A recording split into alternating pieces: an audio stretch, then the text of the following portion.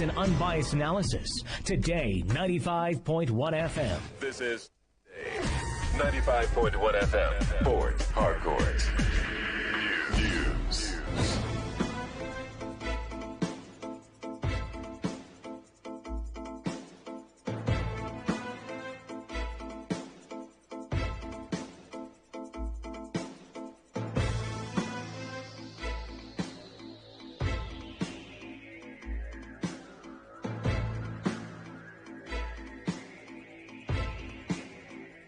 Good evening, thanks for joining us. This is the World News on your Premium Talk Radio today, 95.1 FM Port Harcourt, and the headlines. Federal government states commitment to modernizing Nigeria's media. Civil society organizations in River State express concern over alleged ongoing criminality in correctional facilities across Nigeria. On the foreign scene, 12 Al-Shabaab militants killed in airstrikes by Somali and U.S. forces. Thanks for staying with us. I am Lucky Maxwell. The federal government says it is committed to modernizing and transforming Nigeria's media and broadcasting landscape. The Minister of Information and National Orientation, Mohammed Idris, disclosed the government's commitment to modernizing public broadcasts at the 6th edition of the 2025 Ministerial Press Briefing Series held at the National Press Center in Abuja.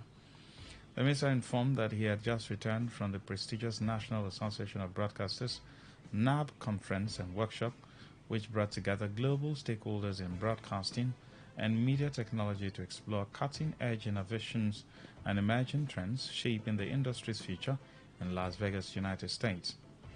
Accompanied by heads of agencies under the Federal Ministry of Information and National Orientation, the minister said he held a series of high-level engagement to forge strategic partnerships and enhance the technical and technological capacity of Nigeria's broadcasting sector.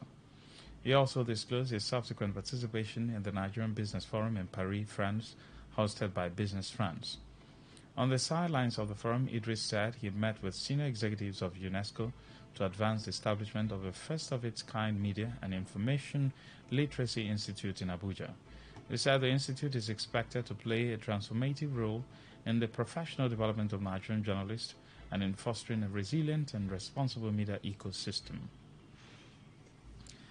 The House of Representatives Committee on Petroleum Resources Upstream says it will amend the Petroleum Industry Act (PIA) to increase oil companies' contributions to host community development trust from 3 to 10%.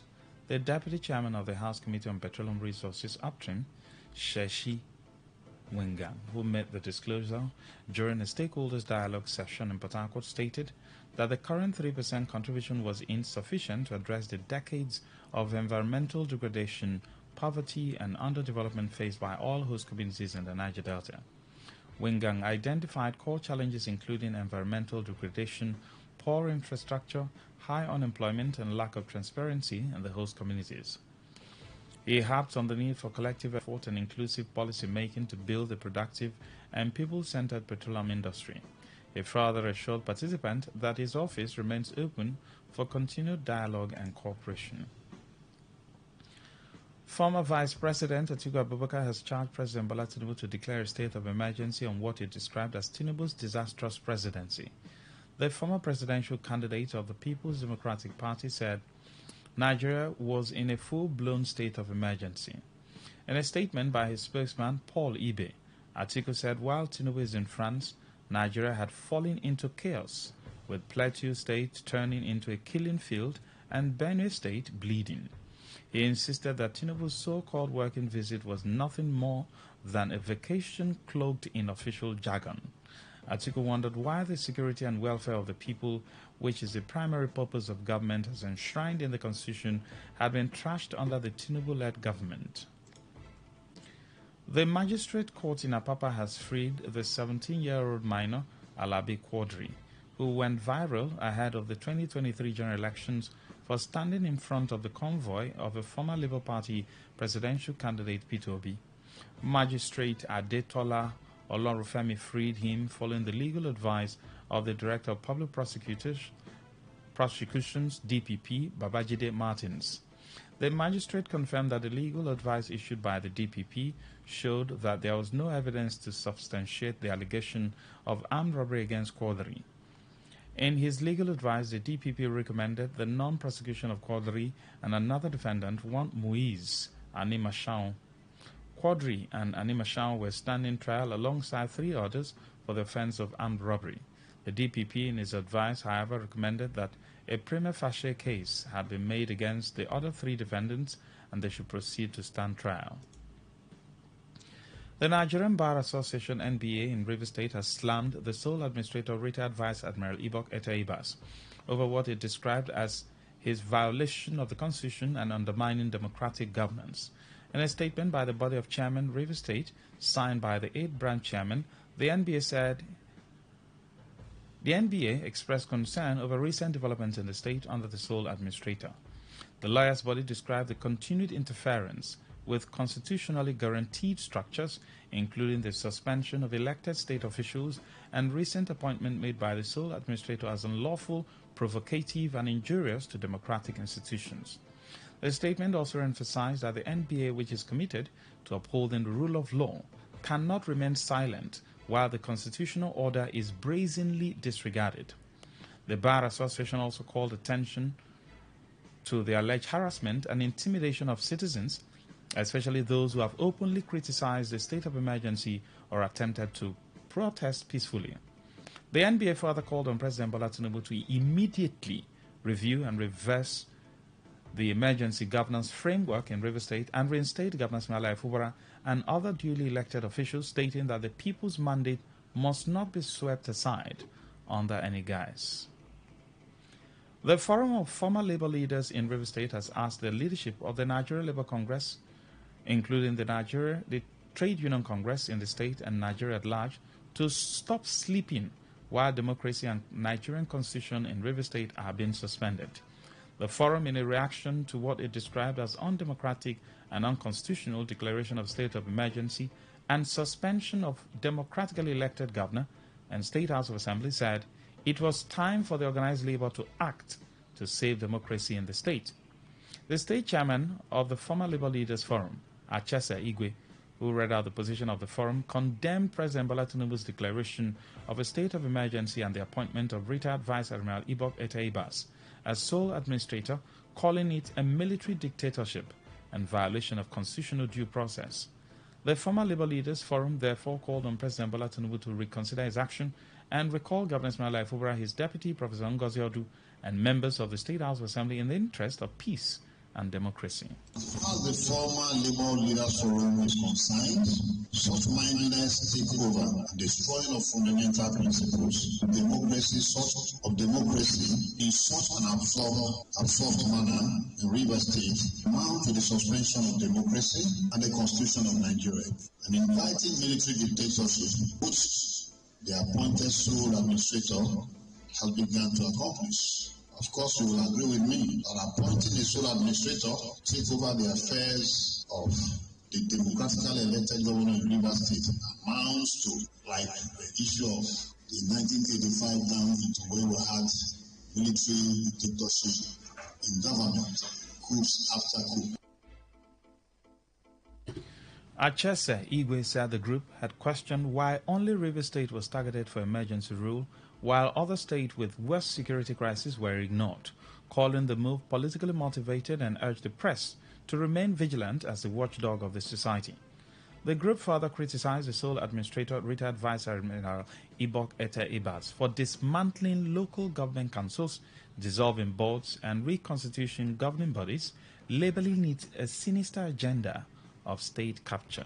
The sole administrator, Vice Admiral Ibok Ete-Ibas, is acting out of his script by dismounting existing democratic structures in the state, arbitrarily appointing sole administrators to the local government councils, dissolving and reconstituting boards, commissions, and governing councils. It's a sinister agenda of a state capture that may likely, or we at the Former Labour Leaders Forum believe in, that may likely befall all other states as the case may be. It is therefore our strongest opinion to call on the organized labor to actively join hands with the well-meaning Nigerians to bring to an immediate end this disastrous, undemocratic precedent.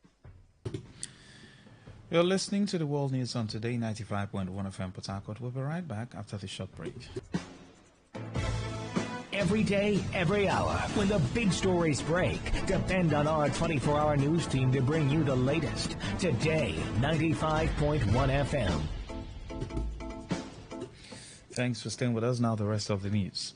The civil society organizations in Rivers State has called on the Inspector General of Police, IGP Kayode Betokun, and the Comptroller General of Correctional Service, Sylvester Nwakuche, to find lasting solution to issues of crime and criminality allegedly ongoing in some correctional facilities across the country.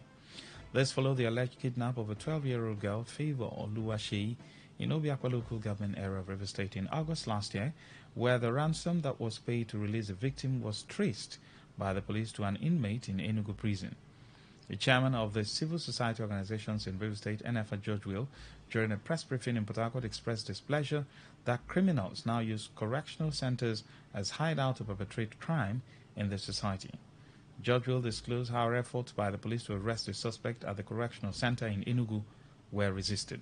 Story concerning Oluwaseyi is one story too many in our society. It goes to show the complicity of security agents, especially the police and others in the correctional facilities, also all around called prisons. It's barbaric, it's shameful that 8 months after that we are still talking about this matter, that we have already gotten the primary suspect who has been traced to Enugu prison. What again is the police waiting for? Except the police is complicit in this matter. Except the others in the correctional. We are saying that the Commissioner of Corrections should immediately ask his men in Enugu prison to provide the criminal who have kidnapped Oluwaseyi.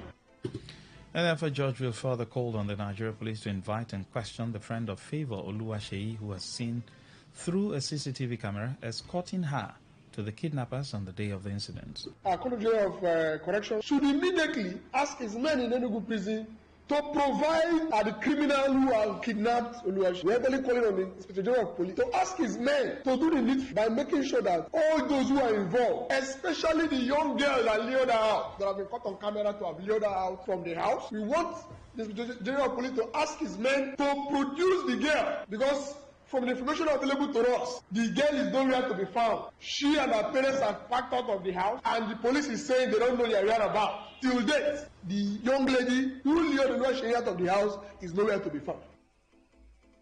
Earlier, the father of the kidnapped victim, Ogunsinasi Oluwaseyi, called on Nigerians and human rights activists to intervene in ensuring that his daughter, who was kidnapped last year, is freed unhurt. I am calling on the well-meaning Nigerians. I'm calling on the High GP, Kayode Betokun, to come and help us on this matter to rescue my daughter from the hands of this kidnapper. I'm calling on the Comptroller General of Prison, whose boys are in the prison, still controlling outside, committing crime, still were involved in kidnapping my daughter, because the account that I pay this money to is traced to Enugu prison. Please, Comptroller General, come into this matter. Rescue my daughter, Favor Oluwatofumi Oluwaseyi. She is 12 years old, over 8 months. Please, River State government, I'm calling on you. Come on this matter and help us.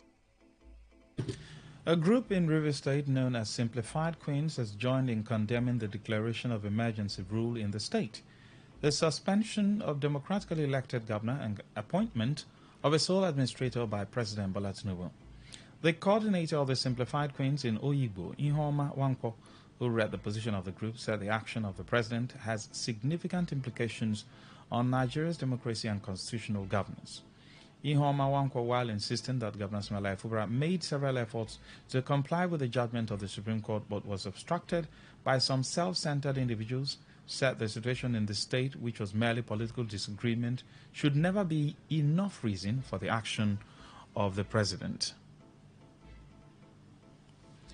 The group said the absence of widespread unrest or a threat to public safety had caused it to question the justification for the federal intervention, insisting that Section 300 and 5 of the 1999 Constitution as amended does not allow the President to carry out the action, and urged him to reconsider his decision. We express profound concern over the declaration of a state of emergency by President Bola Ahmed Tinubu, the suspension of Governor Siminalayi Fubara, and the appointment of a sole administrator. These actions have significant implications for our democracy and constitutional governance. Governor Fubara's compliance with Supreme Court judgment thwarted in response to the Supreme Court judgment affirming the Martins Amehule-led Assembly as the legitimate House of Assembly. Governor Fubara made several efforts to comply with the ruling and restore stability. Regrettably, these endeavors were persistently obstructed by certain legislators. Ihoma Wankwo further expressed concerns that the actions of the sole administrator, retired Vice Admiral Ibok Ete-Ibas, were in alignment to the interests of those who caused the political crisis and has further escalated the tension, especially the removal of heads of boards and agencies in the state. Indicates an agenda that aligns with the interests of those who instigated the current crisis. Reports suggest collaboration with the Federal Capital Territory Minister to impose an unauthorized budget and following through with the appointment of interim local government sole administrator. Actions that violate constitutional provisions and disregard the Supreme Court judgment. This development needs approval from the highest level of federal authority, and we are asking for immediate corrective measures. Appeal to the President to uphold democratic norms. The Director General of the Simplified Queen's Progress Heart, while insisting that Rivers State remains peaceful, called on President Tinubu to reconsider his actions and recall the suspended governor and members of the State House of Assembly, saying the police should have been responsible for the investigation of the pipeline vandalism, on what the President based his decision. As a loving citizen in Rivers State and with the Rivers people, I'm not really happy with the decision. Well, as God may have it, the decision has been made. All we appeal is that Mr. President should reconsider his decision by restating His Excellency Siminalayi Fubara as the Governor of Rivers State. As a support group, we have also joined other support groups in the state and women also to call on Mr. President to have a second thought by calling back His Excellency the Governor of Rivers State back as Executive Governor of Rivers State. First, concerning the state of emergency and the issue of insecurity, Rivers State has been a peaceful state. The pipeline vandalism that happened, I think Nigeria police should be in a better position to carry the investigation and tell us who that was involved. On the foreign scene, Somali and U.S. forces have carried out an airstrike on an area under attack from the Al-Shabaab Islamist group, killing 12 militants. The Somali government said the strike on Aden Yabal, 220 kilometers north of the capital, Mogadishu, came as Al-Shabaab fighters raided the key town used as a base by Somali military commanders. Growing attacks by the Al-Qaeda-linked group, including one on President Hassan Mohammed's convoy, are fueling worries of a jihadist resurgence after militants were forced back in recent years. In a statement, the Information Ministry said the strike by Somali armed forces and the U.S. Africa Command aimed to neutralize the threat posed by Al-Shabaab. Somali government forces took control of Aden Yabal from Al-Shabaab in December 2022 during the major offensive backed by African Union peacekeeping forces. Meanwhile, Somali forces and allies have killed 35 militants in the southwest around Baidua town after they attempted to attack an army base.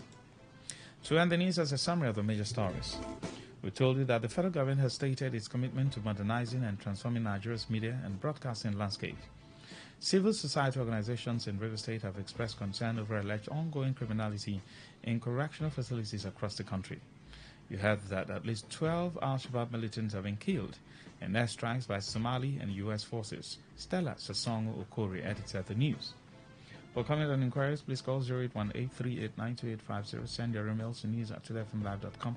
Read our stories on todayfmlive.com. Good evening. I am Lucky Maxwell.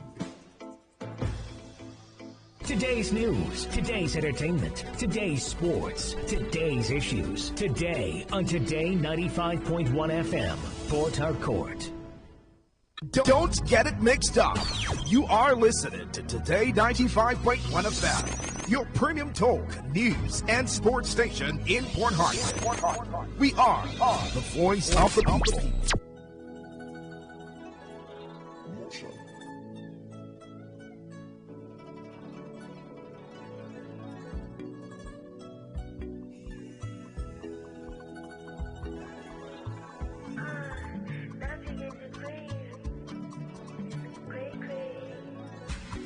I still they wonder if it's real life. Cause you show me love and what this feels like. Follow all your steps like it's my dream, yeah. And if you follow left, I know go tilt right. Baby, I your fair, I don't get it plan B. Pictures in my head every time I want sleep. See, I get it could make you no worry. I could be your genie, you can make up. Sick I did not keep my back in the Jamaica. Make me future make you see I try, baby, I love your attitude. Empty my account because your love is all I want. Sick I did not keep my back in the Jamaica. Baby, grab me future baby, I am equal to the task. G-Tracy make you ask, come on, let your buggy can get girl, you deserve all the cause you are more than enough, more than enough.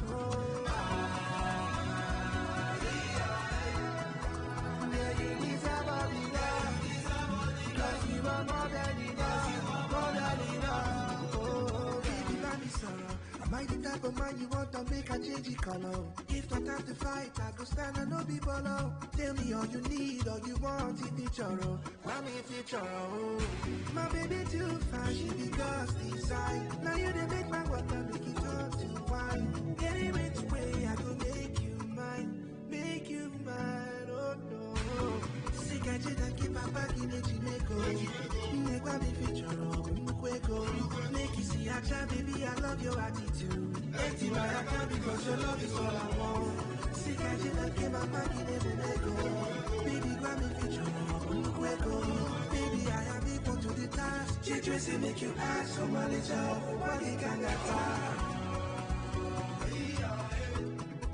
Girl, you deserve all the, cause you are more than enough, more than enough. Oh. Girl, you deserve all the love, cause you are more than enough, more than enough. Oh, yeah. Girl, you deserve all the love, cause you are more than enough, more than enough. You and I do what's it I say hustle now be small. We're taking time, falling to thy kingdom. We're making noise, yes, we're pushing to the top. Money down our When poverty hug me, nobody been send me. Now I'm making money. Them say money they control me. Control me, my money, control me. Who want chop my money, suffer me. Control me, my money, control me. If you to get money, pursue me. Omo elegbe wow, king be akara oji no. Now to the shake your body oh. As you the bust my go lolo. Omo elegbe wow, king be akara oji no. Now to the shake your body oh. As you the bust my go lolo. Hustle now be small.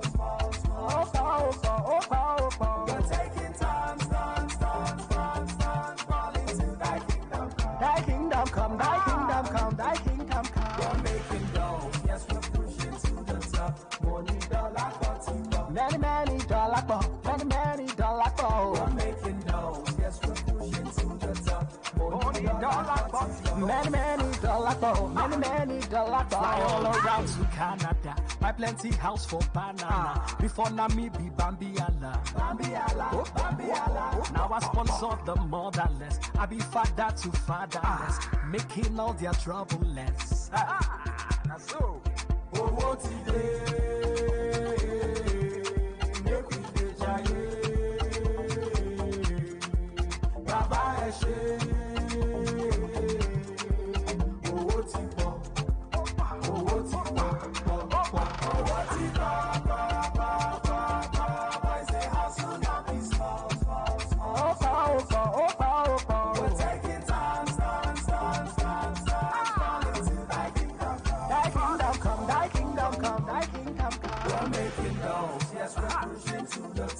Money don't like what? Many don't like what? Many don't like what? We're making dollars, yes, we're pushing to the top. Money don't like what? Many don't like what? Many don't like what? Say no to the ordinary. Embrace the extraordinary, because we are voice of the people. Today, 95.1 FM. Today, 95.1 FM.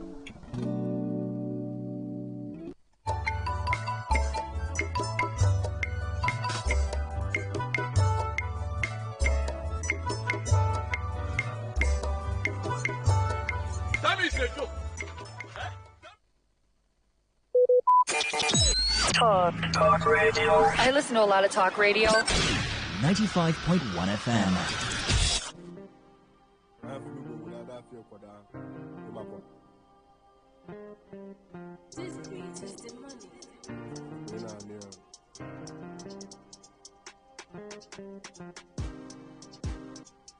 Then I took my hair like Chapo. Very soon, got Chapo. Matana and Palo Hapo. But he choke and so he got go. Lily.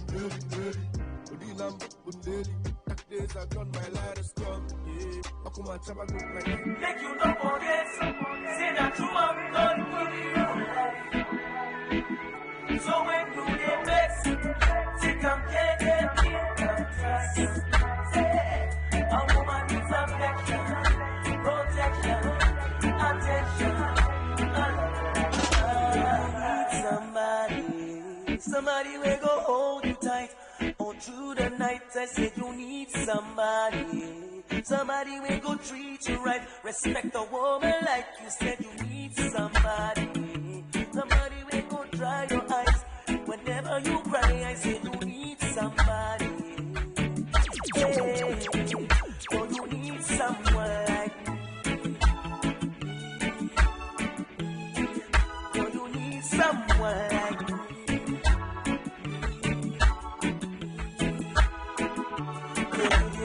Riding, 'cause you're a queen, a royal throne with a crown on you. You need the right king, someone to brighten your lonely days. You can count on me, and when you're crying, I'm crying too. 'Cause what you feel, I feel it too. And when you're smiling, I smile back at you. I build my world around you.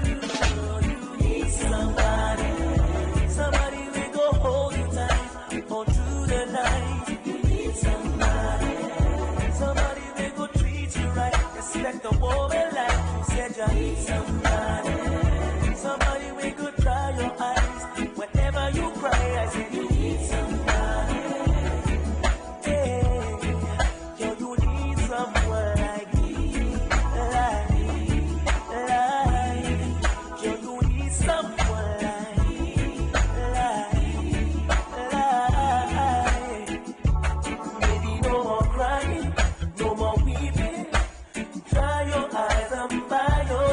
I'll be your sunshine, shining down on you. I'll comfort you. I'll be your hero, your pillow.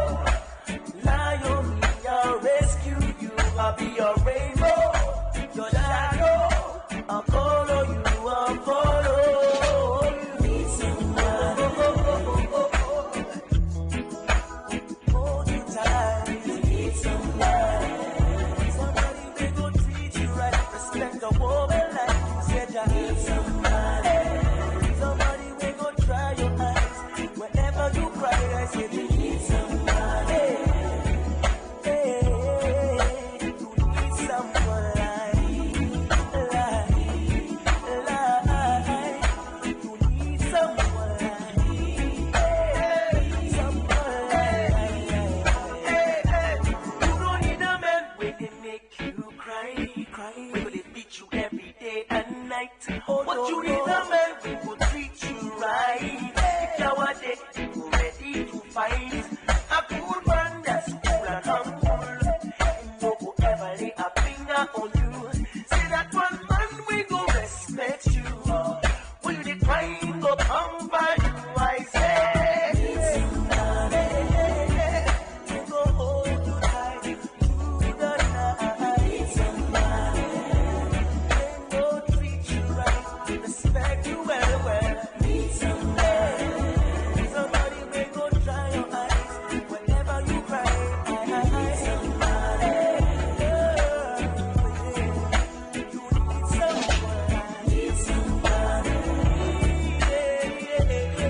You know him, his name is FaZe. That song that year when it came out was the rave of the moment. And I'm sure a lot of people are singing that song. You need someone. But I wanted to ask a question. Yes, very simple question. Please. You discover that each time they make announcement for Widows Forum and all that, you see a whole lot of women gather, a lot of widows gather. And I ask, where are the husbands of these women? They are late. So the question is, why do we have more men dying daily? And what do you think can be done to reduce it at least to a certain level? Because each time you make announcement for widows to come together, you see crowd. It means those women had husbands before, but their husbands are now late. So you see men dying in their numbers. Why is it so? Why are the men dying in their numbers? And of course, these men are dying and leaving their children. So a man is born, suffered, married, and then the children, some of them are still young, and the man will just die and leave them. He has not even enjoyed his children. Why are the men dying, and how can we reduce it? We can't stop it, but at least men should live to a reasonable old age, isn't it? Well, you see men in their 50s dying, but the women are there. I'm not saying women are not dying, please don't get me wrong. But what I'm saying is, if you take a look at the ratio, it's too large now. If you call for Widowers Forum now, you won't see a lot of men there. But call for Widows Forum, you will see widows. It means men are dying. Why is it that the men are dying like that in their numbers? And how can we reduce it? You know, I've always advised the men, while you're taking care of your family, also take care of yourself. Because some of these men die because of pressure. Pressure of you're taking care of your family, you're taking care of extended family members, and the man goes through a whole lot. A whole lot. So, of course, there are different factors that causes that. But what is it that we can do as a people, society-wise, so that our men can live a little bit more? They can live a little bit more longer. At least enjoy their children. Enjoy their grandchildren. So if a man clocks 80, 80-something, and he dies, not that a man at 40 is gone, 40-something is gone, 50-something is gone. The men are just dying, just dying. Please call me right now and let's talk. 0810-951-0951. 0817-0000-951. Yes, good evening. Go ahead, good evening. Yes, please, go ahead.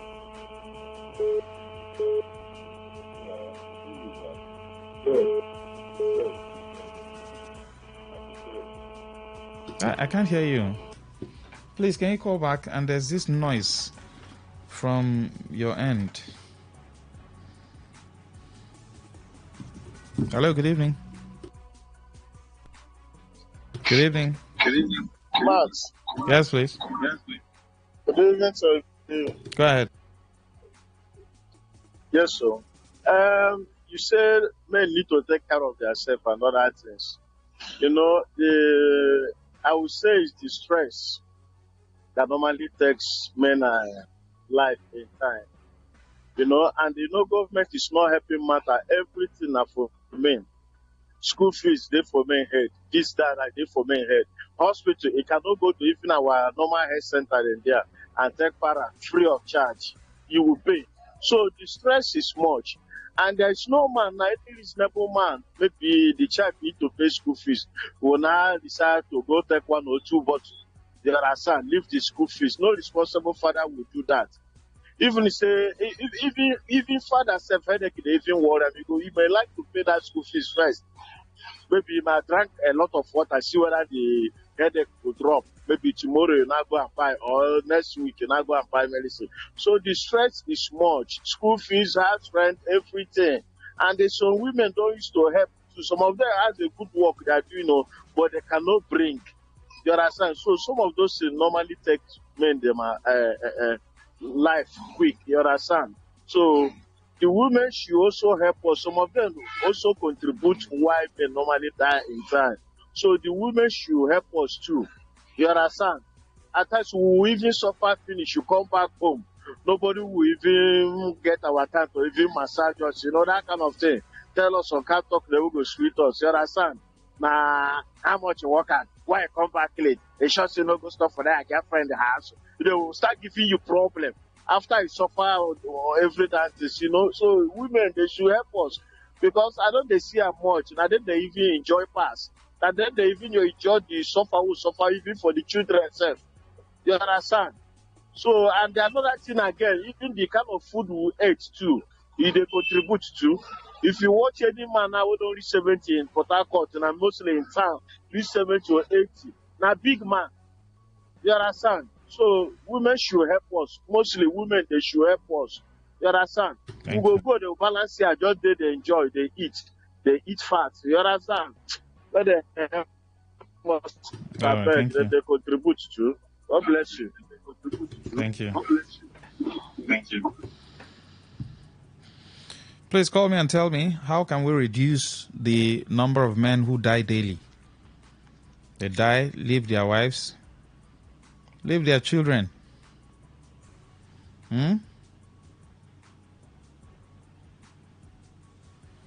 Yes, good evening. Welcome. Good evening, sir. And I'm hustling with it. A guy calling from Joe, the most peaceful place in Port Harcourt, popularly known as Mr. Chelsea. Guys, they die well, man, now. And let me say it, 5th of next month, school they open. So, if they do Easter, let's say 5th of next month, school they open. Control your spending. How can we reduce the number of men who are dying? See, try and make yourself happy. Try and make yourself happy because mostly it's the women that kill men. When you have a nagging wife that does not appreciate the little that you bring, my brother, you are close to your grave. So try and make yourself happy in any way. If you want watching to make you happy, try to give yourself. Try and give yourself that 5 minutes joy. Try and give yourself that 5 minutes joy. No matter what happens, try and give yourself that 5 minutes. If now football will make you happy, watch out. Don't mind anything. Just try and make yourself happy because women, most of them, as soon as they don't get 2, 3 or 3, now they don't get your time. Thank you. Time. So they will want you to the hustle morning and night to bring the money. Thank you. And anyway, no bring come. They don't send for you. So try and make yourself happy. That's the conclusion. Thank you. Thank you, sir. But my question is, how can we reduce the number of men, who should I say die daily? Is it a daily affair? Yes, of course.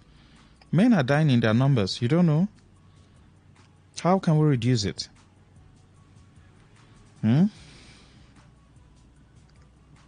That's the question. How can we reduce it? What can be done? How can the men also help themselves? Good evening. No, good evening. Yes, please, go ahead. Yeah, it's Obi calling from Hello. Go ahead.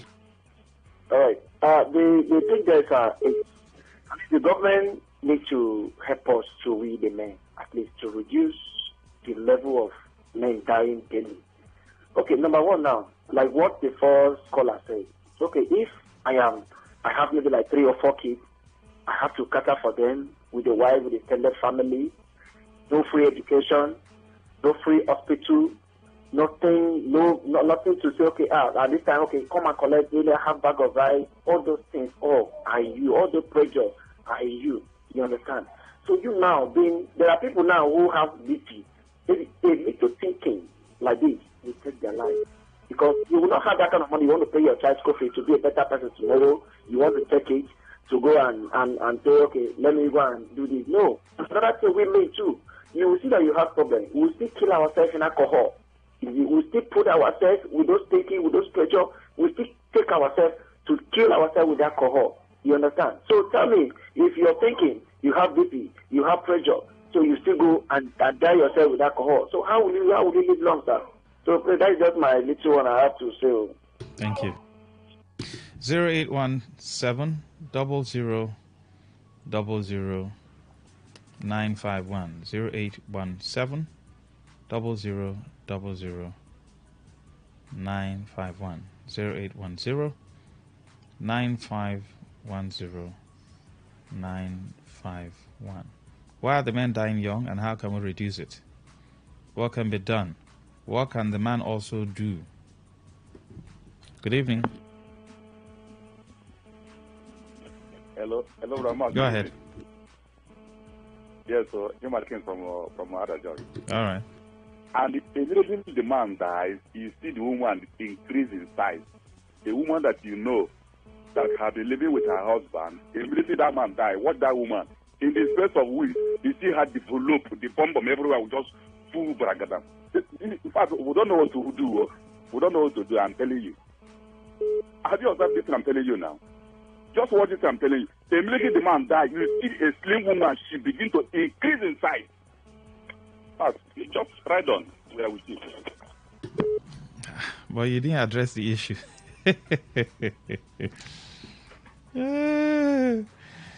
Okay, let me take these messages.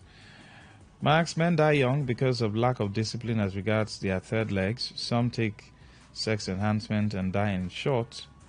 Some also shoulder responsibilities they can't handle.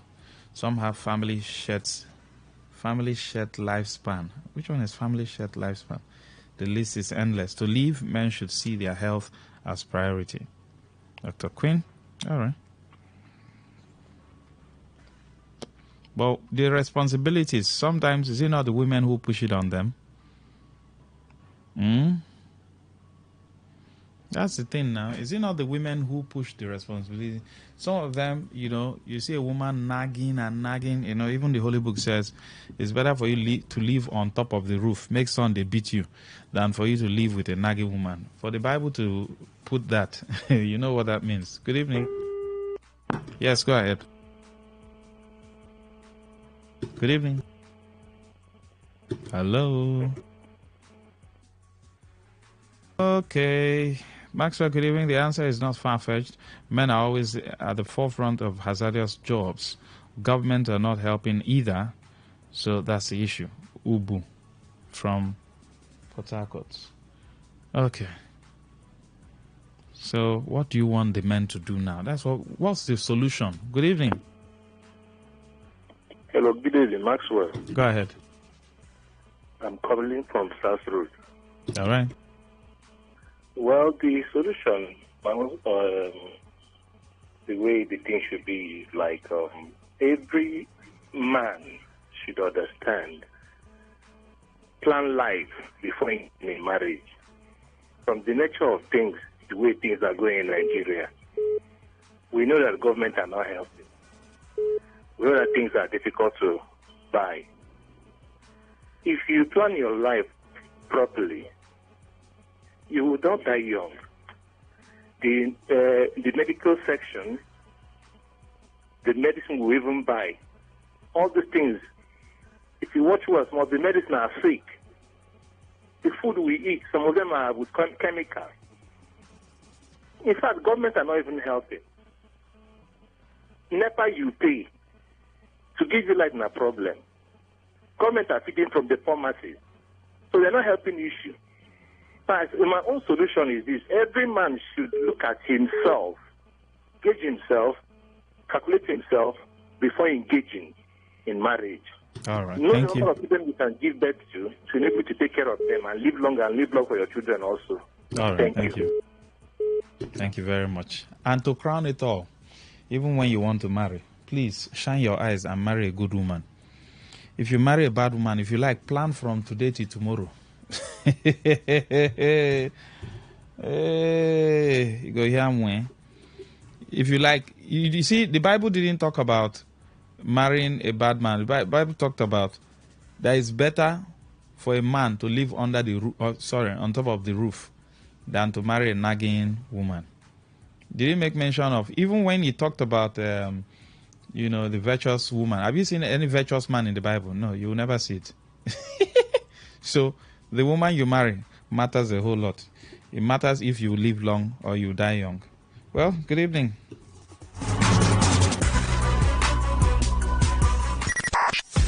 .1 FM, voice of the people. And we're back.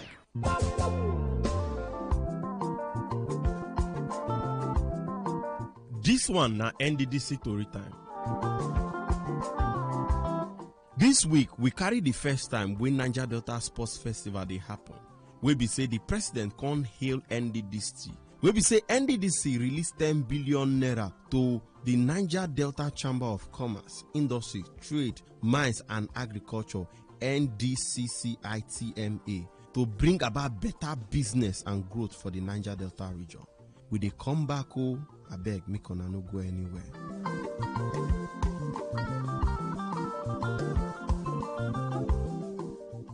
On our welcome back.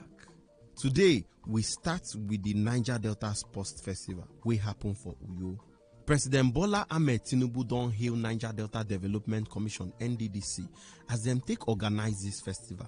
Him say the thing sweet am wella, and him go make sure say the youth them talent no go waste. And him say this kind thing na him dey bring peace and unity. President Tinubu come here no, and person wey represent am na the chairman for National Sports Commission, Alhaji Shehu Diko, for the ceremony wey dem do for Uyo Township Stadium, Akwa Ibom State. Im come say dem suppose celebrate NDDC as this na the first time wey they do something like this. President Tinubu still on still say this kind competition dey bring peace and make business dey wella for the region. Mr. President still can say this competition go really help them for villages, bring some kind good talent, and it dey in line with federal government plan to make sure say sports matter go wella for the country. President Tinubu can say this thing wey NDDC do will make state government for the region mind dey for sports matter wella. The president can also thank Akwa Ibom state government as them use dey support anything wey concern sports for we country. For good talk, the governor of Akwa Ibom State, Pastor Umo Eno, can talk about the team will be beyond oil harnessing talent. Say this sports competition they in line with the good plans we in get for him people. Akwa Ibom State governor can tell the sports people say make them use this opportunity very well, make them make friends. And he say this one they promote unity, and he say make them also use their talent wella. In can tell the Akwa Ibom people say make them make sure say them win, cause na for their land where they do am.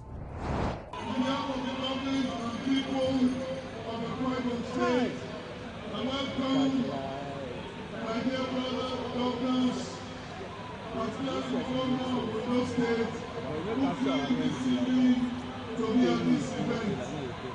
I want to especially welcome the chairman of the National Sports Commission, Alhaji Shehu Diko, who is representing the president and commander-in-chief of the Nigerian Armed Forces, President Bola Ahmed Tinubu. Welcome to 3,400 athletes drawn from all the 9 Niger Delta states to the maiden edition of the Niger Delta Sports Festival. Let me especially commend the managing director of the Niger Delta Commission, Dr. Samuel, the board of the commission, led by Mr. Chidi Eke, Dunamis icon, for a great job you all have done in pulling this event off to a great director of the commission led a delegation of the management and staff of the commission on the proxy call to me a few months ago, and I officially requested that we host this very sporting event, and I enthusiastically told him it would be an honor to host the event, in spite of the limited time in order to work with them to put things together. Here we are today, gathered at the Uyo Township Stadium for the opening ceremonies of this event. The theme, Beyond Oil and Nascent Talents, is so aptly reflective of a key focal area of our governing blueprint, the RISE agenda, human capital development.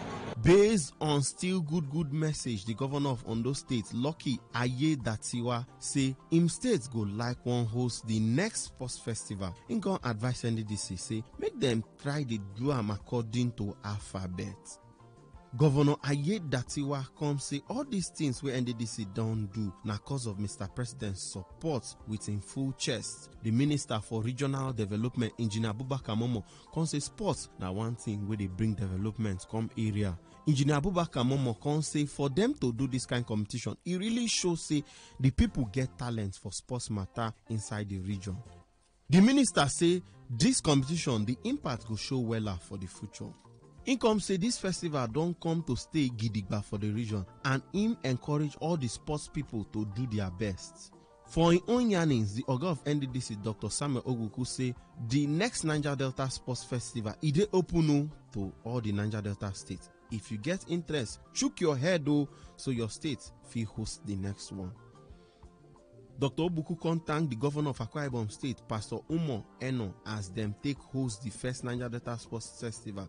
Him say everywhere goes wella. The Oga of NDDC can say make state governors for the Niger Delta region try the partner with NDDC so that business go boost for the area, and also fit get talents for sports we go fit replace the old ones for sports matter for local, national and international levels. I also want to declare that the next edition of this competition is open. So we want to get indication from the various states to know who will host it next. You can see the support Akwa Ibom State government have given to us, which has shown in the success of today's opening ceremony. The governor has promised that he's going to be with us to support us till the end of this sporting competition. Your Excellency, I want to say thank you. Well, we also want to thank Mr. President, because whatever we do in NDDC is part of the vision of Mr. President. One of the cardinal points of the renewed hope agenda is stakeholders engagement. And what we are doing here today is bringing youth across the Niger Delta and the future of the Niger Delta. From this competition, we are going to have young men and young women who will represent this country in all African sports festival and the Olympic competition. So this is what we are going to celebrate in future, and we are celebrating raw talent today.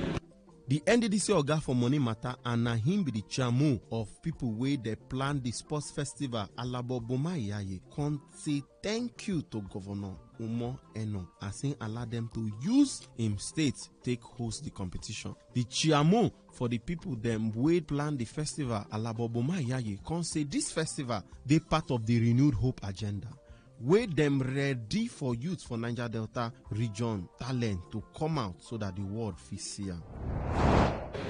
We especially thank the NDDC Managing Director and its board, the chairman, Mr. Chedu, and the entire leadership of the NDDC for believing in our youth and supporting to actualize this vision. We also welcome and thank Premium Cross Bank for partnering with the NDDC and identifying with the event as lead corporate sponsors, as well as other numerous brands, corporate organizations, and individuals who have given us support. Most importantly, our gratitude goes to His Excellency, Pastor Umo Eno, the Secretary Governor of Akwa Ibom State, our host, and the entire people of Akwa Ibom State already accepted to host over 4,000 athletes, coaches, officials on the first call. So here we are in Uyo, the Akwa Ibom State, the land of promise.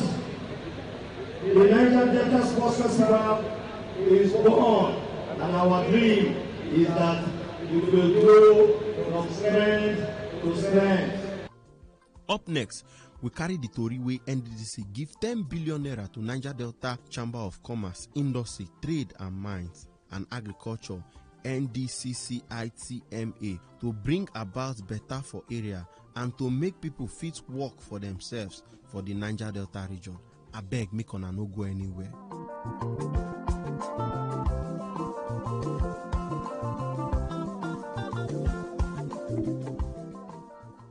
Una welcome back. Una thank you as una no go anywhere. The Niger Delta Development Commission (NDDC) don release 10 billion naira to Niger Delta Chamber of Commerce, Industry, Trade, Mines and Agriculture, NDCCITMA, make them use do better things for individual business and for the community. For Port Harcourt, where they put key and padlock for NDCCITMA Board of Directors, the Oga of NDC say this money will be 10 billion naira we then give them, not just for a start. Say them promise to give them a total of 30 billion naira for the Chamber of Commerce. Dr. Obuku will be the Oga of NDDC. Now the director for money matter, Alabo Boma Yaye 9 stand for him. Contact say the commission ready for better things to come the region. The Oga of NDDC say the commission don't open their hand to collaborate with Niger Delta Chamber of Commerce, Industry, Trade, Mines and Agriculture, NDCCITMA, to use make the region better. The Oga for work matter, Sir Victor Antai, can say the commission no they only inaugurate the NDCCITMA board of Oga them, but if they celebrate say new things don't come they happen for the region. Sir Victor Antai, now the Oga for Commercial and Industrial Development of NDC, Lina Okara, 9 stand for Ramu. Him say then don't start the Niger Delta Chamber of Commerce, Industry, Trade, Mines and Agriculture, NDCCTIMA. Sir Antai can say the board of directors of NDCCITMA say them take their time, select them and a people with their face show and their shoe white, nine then carry come. The chairman of the Niger Delta Chamber of Commerce, Industry, Trade, Mines and Agriculture, NDCCITMA, Ambassador Idaire Ogan, come say the chamber over ready to work with NDDC so better changes within the region. Ambassador Ogan come say the chamber they in line with NDDC vision for the region so things go soft for the people. The Niger Delta Chamber of Commerce, Industry, Trade, Mines and Agriculture, NDCCITMA, now one way better things go use come the region. This one now one way we go bring development from small to big business. It go even create jobs safe and better collabo to bring mega joy for the Niger Delta region.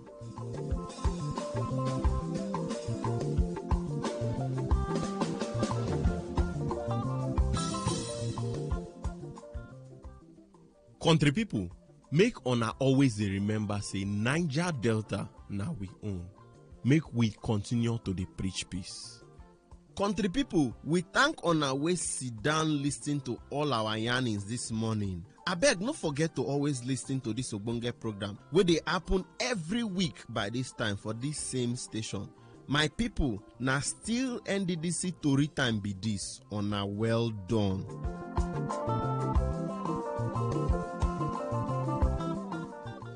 This story na Lakeview Communication Production where they collaborate with the Corporate Affairs Department of Niger Delta Development Commission wey be NDDC na in carry am come on Adomot.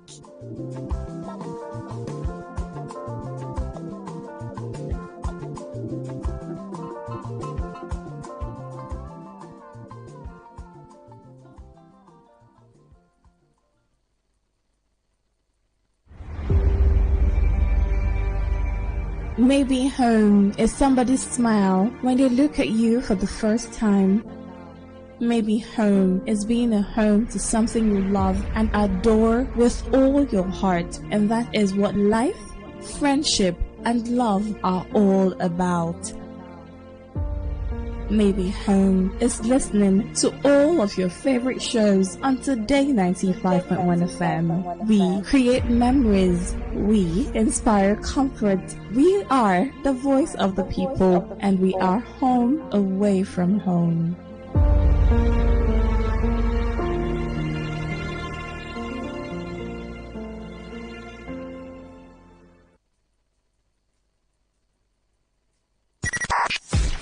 .1 FM, voice of the people. And we're back. Today's news in 60. The Nursing and Midwifery Council of Nigeria has reportedly issued a fresh directive reinforcing the acceptance of the Senior Arabic and Islamic Secondary School Certificate Examination as a valid entry qualification into nursing programs. Former INEC chairman and current chairman of the Governing Council of Usmanu Danfodio University, Sokoto, Atairu Jega, has criticized the growing trend of Nigerian universities awarding honorary degrees to individuals without academic merit. The Joint Admissions and Matriculation Board, JAMB, has confirmed that no fewer than 211,000 candidates across Nigeria sat for the 2025 Unified Tertiary Matriculation Examinations, MOOC. Some parents and members of the Parents and Teachers Association of the Federal Technical College, Yaba, Lagos State, have appealed to the Minister of Education, Tunji Alausa, to intervene in the 140% increase in the PTA levy from 5,000 naira to 12,000 naira. Finally, on the foreign scene, the Department of Homeland Security in the United States has warned Harvard that its ability to enroll foreign students will be revoked if the university continues to refuse government demands, including being placed under political supervision and providing information about students from overseas. Today's news in 60. In 60. Say no to the ordinary. Embrace the extraordinary, because we are the voice of the people. Voice of the people. Today, 95.1 FM. Today, 95.1 FM.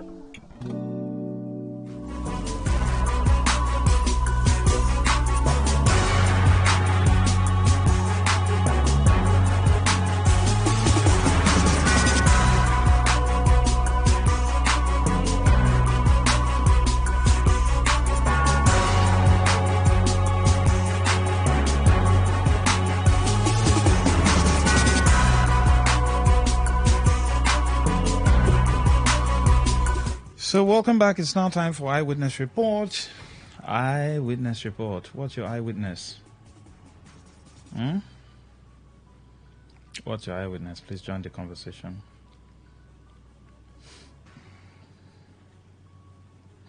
Zero 0810-9510-951.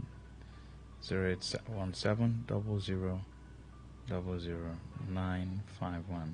These are the numbers to call to be a part of the conversation. So I'm very much excited that Quad 3 has been released. The guy who was framed up, arrested and sent to Kirikiri prison, he has been released as we speak. All thanks to Inibega Efyong and his group for putting hands together to ensure that that boy was released. Of course, the boy who stood in front of Peter Obi's convoy before the 2023 elections. And, you know, I think some money was given to him. The area boys around his area said he must give them some of the money. While he was coming back one of those days, they lay hold on him and they handed him over to the police that he's an armed robber. He has been stealing around the area. Police didn't do their investigation. Piam! They have thrown the guy into prison. He has been there for months. A minor, for that matter. So I ask, does it mean that the police doesn't know the law again? A minor? Okay, even if he did that, for the fact that he's a minor, you're supposed to look for a way to rehabilitate him now. Is that not what they're supposed to do? No evidence, nothing. You just threw him there. Until when an NGO had to raise up the matter. And then Inibe and his team went into action, and finally they now discovered at the magistrate court that there was no evidence. The DPP, according to the advice he gave to the magistrate, there's no evidence that he's a thief or whatever, so release him. But I'm very much happy that Inibe and his team, they are also demanding that the police should pay a compensation of 100 million. What again? The DPO of that police station, they should deal with the man. I think 3 demands like that they made. That if they don't attend to those 3 demands, they will go to court. Because I wonder, the police issue keeps on coming every day, comes up, and it's all about negativity. Yes, it's not as though they don't have positivities, but you just see simple things that on a normal day, the police should know. I don't understand. It's just disheartening. A minor, that boy has been in prison for some time. And I also pray, I think they are also looking for a way to raise money for the family to leave that ghetto area. And I think Nigerians should rise up and see how they can. Of course, Inibe said he was going to post the account number very soon. I think Nigerians will be able to raise something nice so they can get them a decent house in a decent environment, send that boy back to school. They will have to rehabilitate him. They have to rehabilitate him. If it's possible for them to send him out of the country, Nigerians should rise up to the occasion and do that. Now, I want to also see a situation where Nigerians stand up for injustice and put hands together to fight for the helpless. That is the only way. That's what I want to see. I want to see Nigerians rallying round and fighting for the oppressed. Because I think within days they discover this issue, and then, of course, they push the matter, and before you know it, the boy has been released. So I wonder, the police, I mean the Nigeria police, what is the problem? What's the problem? Well, quite unfortunate, the kind of climate we live in.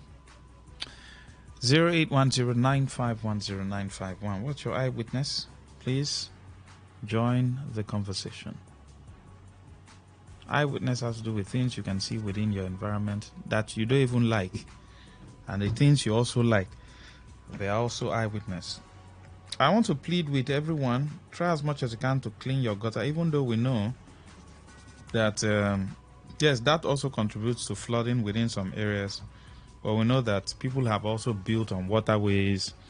There's a whole lot you can, put together and say these are the reasons why we have flood in our area. You have people building on waterways, no planning. You have debts blocking the drainages. So within your own environment, please clean your gutter. What we have is gutter, it's not drainage. How does he think it's gutter? It's not drainage. That's not drainage.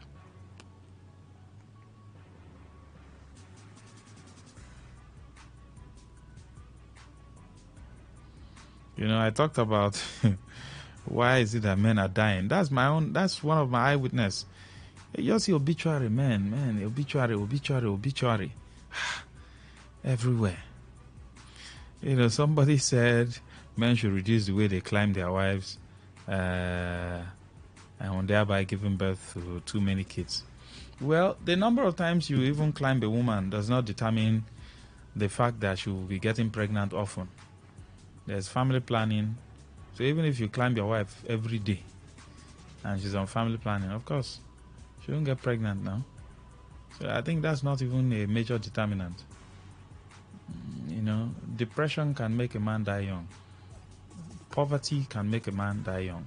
When a man can't fend for his family due to situations, it can make him die young. When a woman is the one nagging the husband a man can also die young. When a woman is unappreciative and is, you know, like I said earlier on, in all, please just marry a good woman. Oh. Marry a good woman. You know, while you're ensuring that you maintain a good and hygienic lifestyle, take care of yourself, marry a good woman. Because a good woman will see when you're stressed and say, my husband, I don't want to lose you. How many wives tell their husbands that, you know, like, talk to their husbands like that? Like, you cannot die young. You are my husband. If you marry a bad wife, if you like, live in government house where they count money. She can nag you to death. So it's very important that you marry a good wife. Marry a good wife. I don't know how you're going to say a good wife, but ask God. God will help you. For those who are not married, marry a good. Don't marry sheep and all that. Marry a good wife. Marry a virtuous woman. There's no virtuous man in the Bible. Only virtuous woman. Why was the Bible silent about virtuous man? I don't know. But if you go to that book of Proverbs, I think Proverbs 31 talks about the qualities of a virtuous woman. So the input of a woman in a man's life is very, very important. And for the young ones too, don't go and carry responsibility that is not your own. Your girlfriend, you want to pay her school fees, you want to do all manner of things for her. She no get papa. Why would somebody you are not even married to feel that you should pay it's your duty to pay her school fees, give her money to make it? For what? Say because you are dating? Auntie, go and meet your father.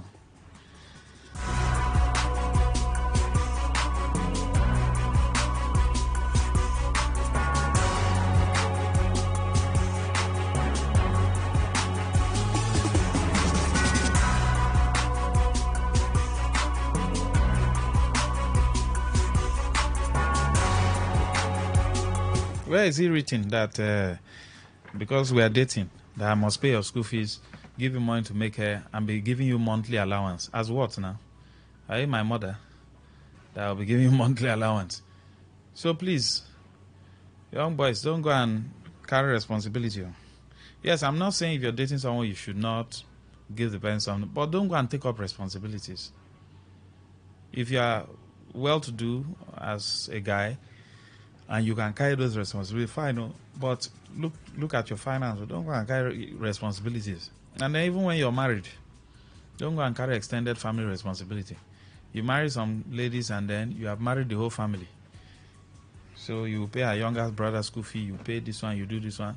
Your own children, you are thinking about your own children, how to feed your family. They are thinking about extended family. And then they'll tell you, oh, do this for my mom, do this. No. You can't.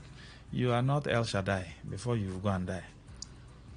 You can't solve everybody's problem, including your own extended family too. You can't solve all their problem. Same way, you are also depending on the Supreme Being to supply, to give you contract, to help you so you can make it. The same way, they too should depend on Him. You were not the one who created them. The Supreme Being created everybody. So everybody is believing that, I want my God help me or make this contract enter. They too, they should be believing God for something now. Don't go and carry responsibility here, carry. Then your head will be doing gang. The small salary they are paying you is not going anywhere.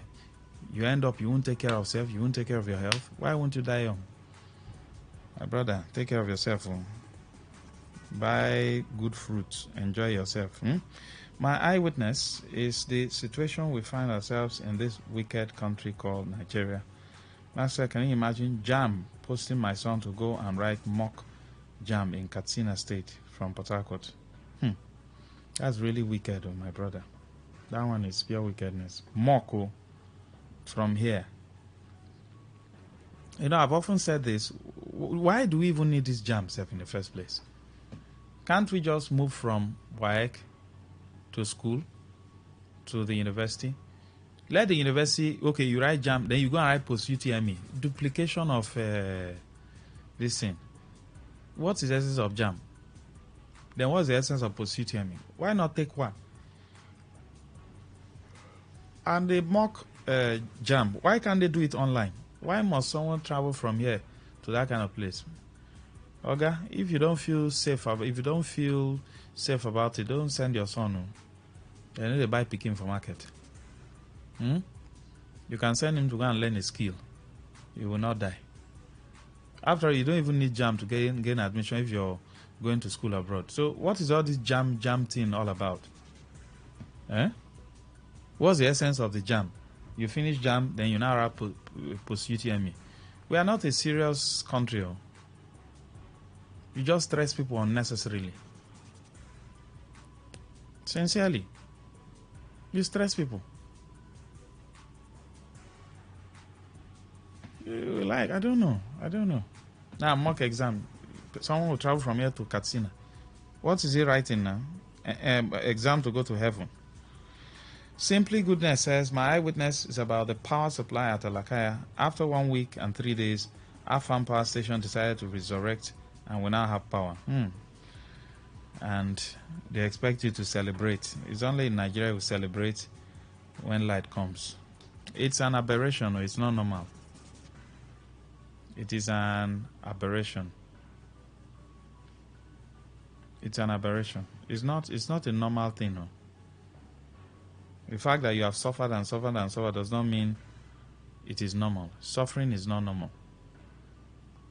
Hard work is normal. There's a difference between hard work and suffering. Hard work, you are working. You have basic things around you. Suffering, you don't even have basic things around you. Good evening, Max. The high rate of bride price is getting too much. Each time I think of settling down, all this and that will be running through my head. Please, what should I do? Well, we have talked, and the traditional institution is not taking action because it's a traditional institution within our localities that are supposed to come together and then pass on a minimum requirement. Because I wonder, these days now, you see a typical marriage list from major places across Nigeria, especially the southern part, and then you see different brands of beer. And I ask, some of these brands of beer just came into existence 10 years ago. In the culture, in quote, this town has been in existence since the 17th, 18th century. Those brands of beer, were they in existence in those times? Let them bring the original list that they use cowrie, 2 tubers of yam, broom, this, they should bring that one. Not these updated ones. Because the reason for those lists was just for symbolism. Oh, the broom symbolizes something. The cowrie symbolizes this. The mortar and pestle symbolizes this in the culture of that particular place. But these days now, you see 4 brands of beer. 10 crates here, 10 crates here, 5 here, 20 here. Then you see goat 1, goat 2, goat 3, goat 4. Cow follow. Where did they get this new list now? This updated one? Is this the constitution that they used to review from time to time? And this one, they even review it upwards. They don't review it downward. So by the time you clear the list, you have spent close to 2 million naira. Which money you want to feed the woman now when you guys finally get settled? It's an issue. Unfortunately, the traditional institution has been quiet on this matter. That's why you see baby mamas everywhere. Some of the reasons, some people say, the reason why guys are not getting married is because they don't want to be responsible. It's a lie. I know there are a few who don't want to be responsible, but I have talked with quite a number of people who are ready to settle down. You know their fear, bride price list. And then you look at the way things are going. 70,000 naira minimum wage. It's not carrying anybody anywhere now. It's not carrying anybody anywhere. So you have to work and save and save and save and save and save. You know, go to chop. You go save because you want to marry wife. Some families have even taken it as a poverty alleviation program. No. If I mean, on a daughter, I will stay for house, tire.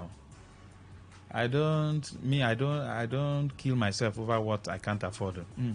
If he didn't day, he didn't day. I won't kill myself. I won't go and borrow because I want to marry. For what? If I say this is what I have and I no agree, girls whoever and I find another girl. We'll start. And these days now, some people when they want to start relationship, they just stylishly ask the girl, in your culture, how on a bride price list did they? And I never go far. The love never they shack too much. You just stylishly ask that question, why you're still friends. She does not know what's on your mind.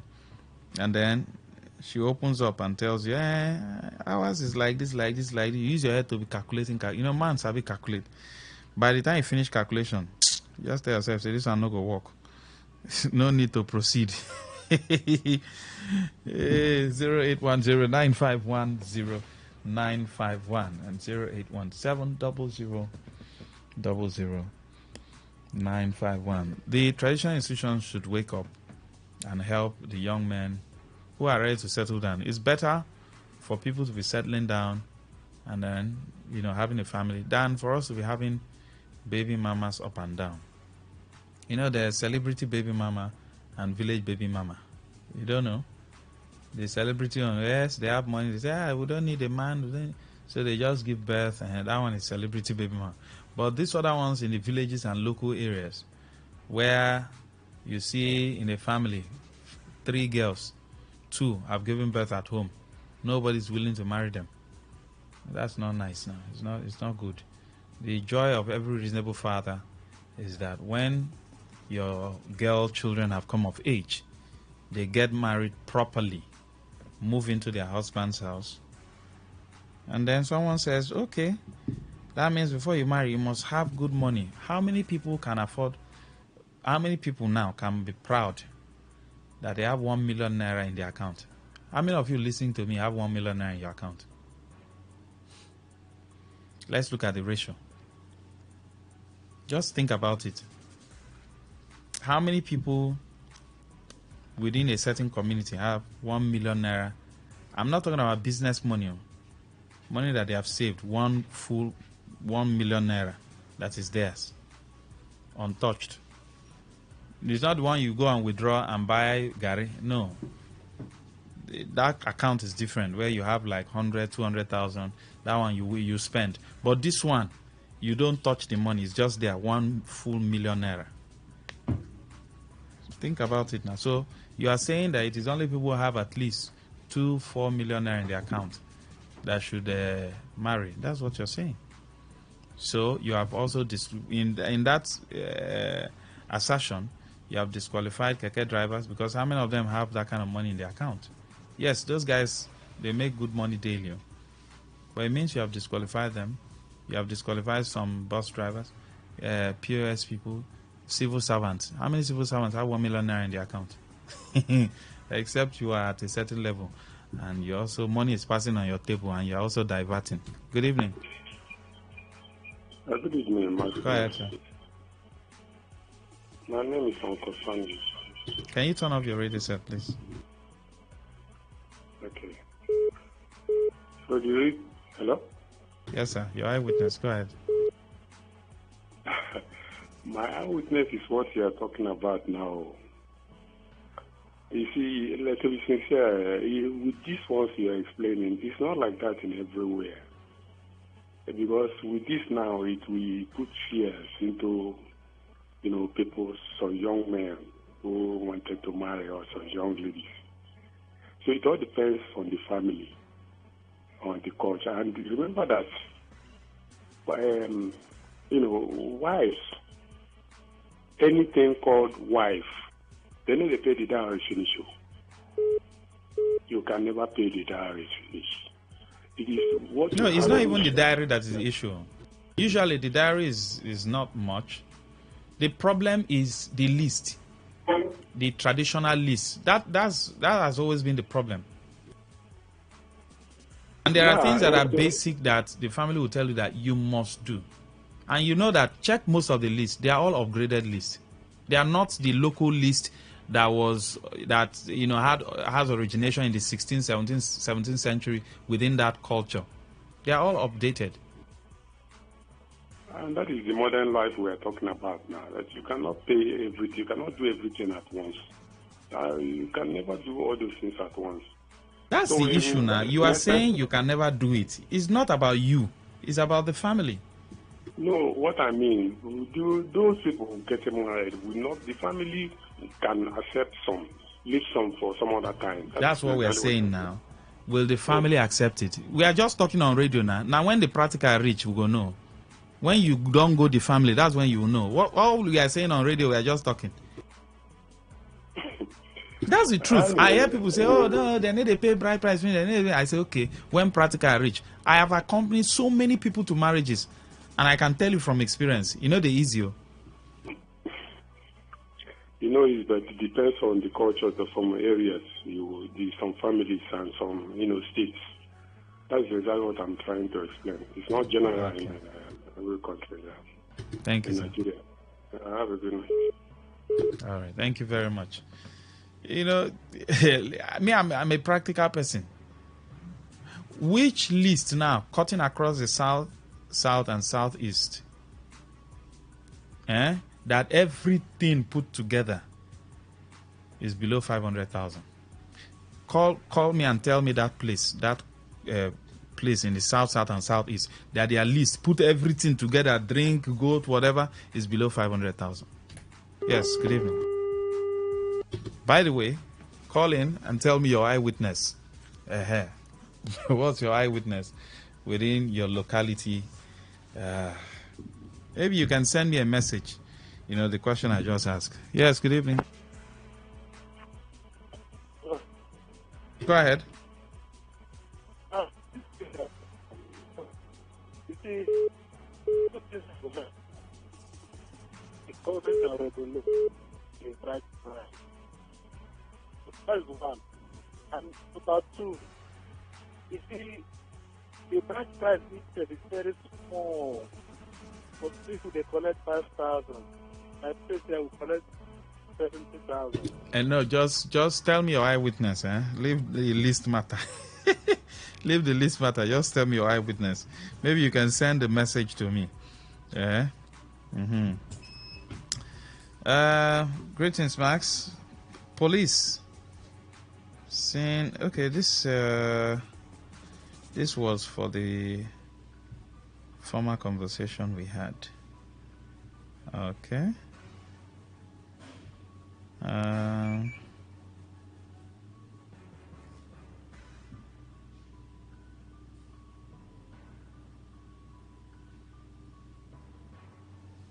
Good evening.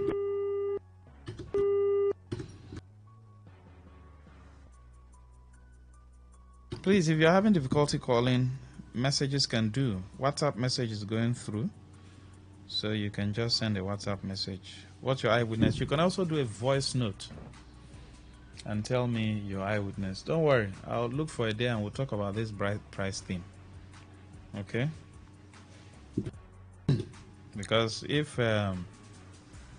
you go to cultures across River State, Bayelsa, Abia, Imo, southwestern states, and everything on the list is below 500,000. People go to marry yafu now. That's not the case. But let's leave that one,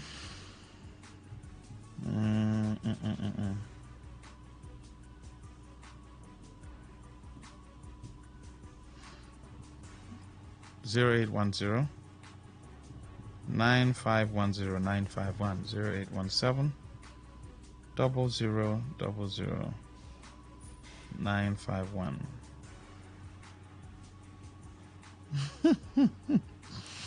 Say don't be deceived. 500,000 naira for marriage in south and southeast will end up keeping you and your guests along Elele or Merelu Road, assuming you are from River State, marrying from Oweri.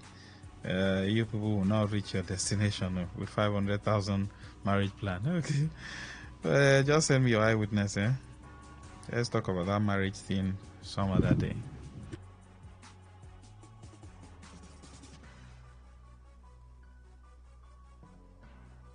Now, is your area flooded? Why do you think your area is flooded? Oftentimes, government have been accused of not doing the needful. We know the role government needs to play. Planning of the city is very important. Good evening. Hello, Mark. Yes, so Chief Solomon, go ahead. My call. Chief Solomon, go on with your eyewitness. Your line is breaking again. So, in as much as government is supposed to do the needful, okay, by planning the city adequately, it is also very important that we do our own. Clean your surrounding. Clean the gutter. We don't have drainage.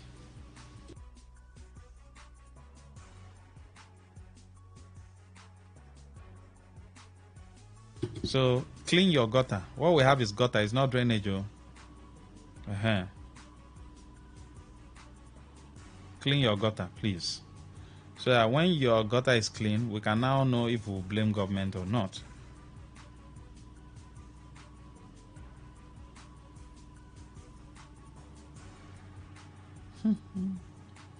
All right, thank you, Ndu. I've seen your message. Thank you. Clean your gutter. It's very important. People throw all manner of nonsense into their drainage. No, into the gutter. Why am I calling it drainage? That's not drainage. Into the gutter. So clean your gutter. If when rain falls, we still have flood, then we now know it's lack of, as a result of government not planning adequately. Some of the gutters that are actually dug in some areas when road construction is ongoing is very small. And then if you look at the flow of water, the volume of water, depending on the topography of that place, it's even if you clean all the gutter, you will still have flood. And then you also look at the connections. That the gutter within those areas, which bigger gutter are they connected to? Where would the water be emptied into? That is the job of government. City planning, town planning. Good evening. Go ahead. Good evening. Maxwell. Yes. Good evening. Peter from Oyibo. Yes, please. Yes. Let me just throw little light on the issue of marriage. Those who want to marry, if you've seen your husband, if you've seen your wife, and the family is constituting an obstacle, young man, young lady, go ahead and do your things. Live as husband and wife.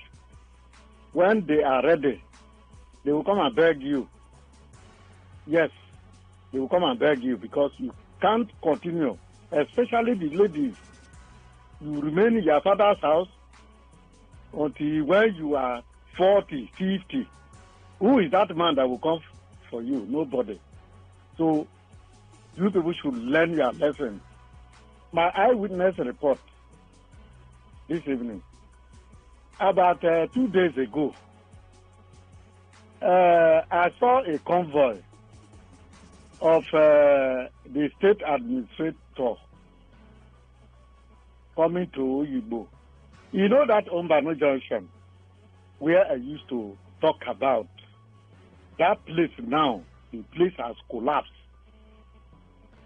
Those eateries, about we have Chicken Republic there, we have, I have forgotten their name. About 3 like that, line up. That place today is a hellfire. With this heavy rain that poured down today, I don't know. Maxwell, tell the state administrator that he should come and walk that place, because I know how far we've gone over that matter. If our governor Sim were to be in office by now, he would have gone far with that Ombano Junction. But well, God knows the rest. That is my eyewitness report. Thank you. Thank you very much for your time. Keep the calls coming in. 0817 0817 0000 951 0810 9510 951. Let's talk. Your eyewitness report. Good evening. Go ahead. Good evening, Ogamas. Where? Yes, please. Today again, eyewitness to I thank God for keeping us on that life. It's God, not politician power, not the governor power. I thank God say, governor, maybe governor be on that life. Now Jesus, mighty God, big person of them. Today again, eyewitness. Ogamas well, I'll be complaining deeper life road they use. Go the government and go governor use. Now they complain when they get seat. I think they complain when they don't say when they don't seat, they don't do it. Who will come do it now? I must swear. Who will do it now? And still complaining again. People say they walk, they walk. Walk for where? People like where they use finish. All of them where they talk nothing, you go walk, you go do like this. They follow to this road now. Why do not tell them say that is Deeper Life Road, Umopana Road? Or one that they complain. Why do not do them? Then if in the city, send the city go do them. Local government, local government, local government. The situation of Obiapo. Transformers be complaining. They do work. They do work. No see Umopana never business anything. I remember my governor, Rotimi Amechi, when that man was governor of my state, River State, I'm from River State here. Rotimi do something for Umopana and tell the truth. The whole local government, the Obiapo local government under Rotimi Amechi do something for Umopana. Ogama swear, NDDC try a lot to Umopana here. NDDC no be federal in there, na state. They go in a state, na NDDC. They do something. I hate them. They don't come and think they are good work. So if somebody do something, if they go, if they liar, can go come back again. They can't come. Now, Deeper Life Road, abandon them. Who am I going to complain again? I'll be complaining where they see. If you know the chairman, where they see. We need a farmer. We need the health center. I need the health center. Umopana is Umopana is the Obiapo, or the station of Obiapo. Ogamas, this is the abuse Umopana is good. Go to me and make it gave us school, standard school, that man try and tell the truth. Now, the community, this school again, which is government, their work, they collect allocation, they collect this and this. Ogamas well. At Deeper Life Road, serve everybody for Takopia, even people with the support A, with the support B. Me, nobody will support A, another support B, another support C. Everyone will support for. Don't come up for this. Good luck and Amici. All right. Thank you, Honda. Thank you. I'm not supporting anybody. Not my father. Governor with the complaint, they're not my father, they're my uncle. The only place I can ask for, I can do. Thank you, Honda. Thank you. They've heard you. Jesus, pass all of them. God help them. He pass them.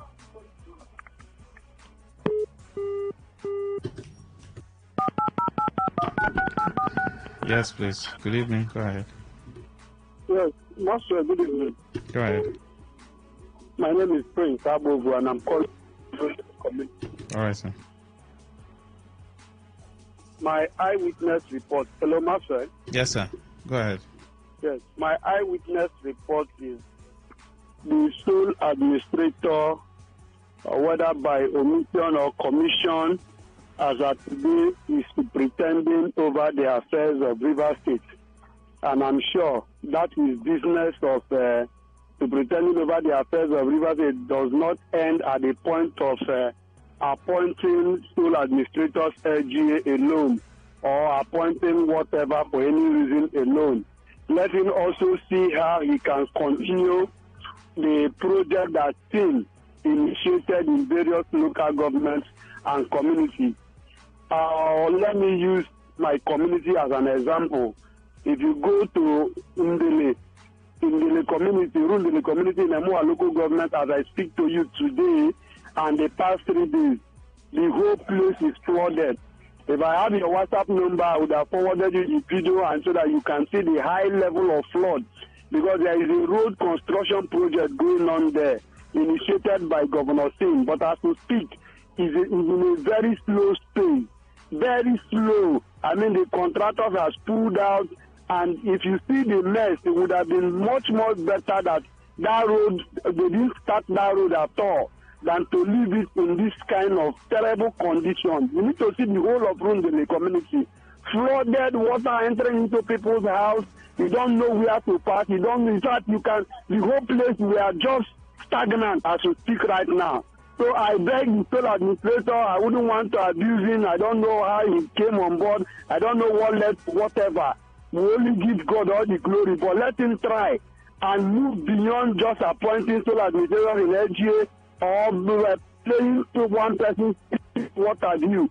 Let him move to this community and see how he can continue with this project, so that at the end of the day, whatever be the case, why these matters are going on, we can also say, the people will a bit relieved. Because this way, like, from what we are seeing today, what I saw today in Rundele, is like he has now sent River State. Whoever that brought him, including him, has sent River State 100 miles backward. That's what I saw today. You see my community. Talk more of other communities, because I believe that this same thing has happened in several communities too. It means that River State has been 100 miles backward. And I mean, I'm very serious.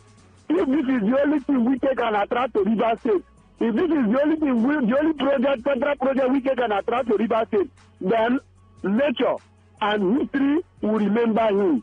Thank you. God bless you. Thank you very much. Keep your calls coming in. What's your eyewitness report? Send in your messages also to 0701-9339-962 for messages, WhatsApp, and regular messages.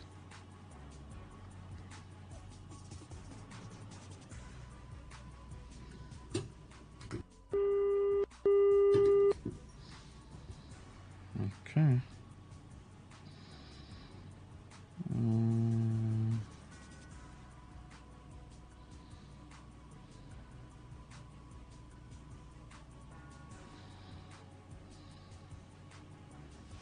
Good evening, welcome. Good evening, Master. Yes, please, Once again, my name is Uncle Sonny. I want to tell you about my eyewitness along this Gruta Road. Right from Chief Sam Bata's area, when it rains like this, right from that area up till I think where will I call it? Up till Romesara bus stop. Yes, that's Romesara bus stop. It is no go area. That is, if you are driving there, you have to be very careful, because even passerbys cannot even pass through. Everywhere is waterlogged. So I think I would like, state government, or let me say sole administrator, to pass this area when it rains. Let him try and drive from, in a car roundabout from tank area to Igrita when it rains. Let him see this by himself. It is appalling. I mean, there is nowhere to even put your leg, talk less of vehicles passing. I think that's my eyewitness. Thank you very much for your time.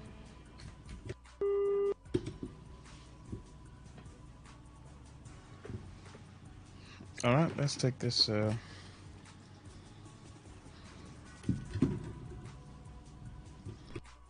Maxwell, good evening. My eyewitness is, my name is Ifeanyi Chukwumodo. My eyewitness is this artillery under the flyover. I don't know if you have been there. You will see a lot of boys sleeping under the flyover in the morning, in the afternoon, and in the evening. And who knows what they do at night? But you see them sleeping under the flyover, age between 12, 13, 14, 15. More than 20 of them. You just see them for this side, for just like that, hanging, sleeping under the flyover. I think the government need to do something about these people, because I know definitely in the evening, in the night, they will be doing something bad within that axis. First artillery, second artillery. Just go there and you see them in the morning. And I'm sure so many people have seen them. So what is government doing about those people? Thank you.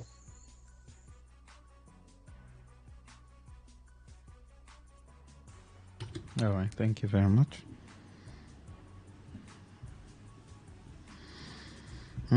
What's the government doing about those people?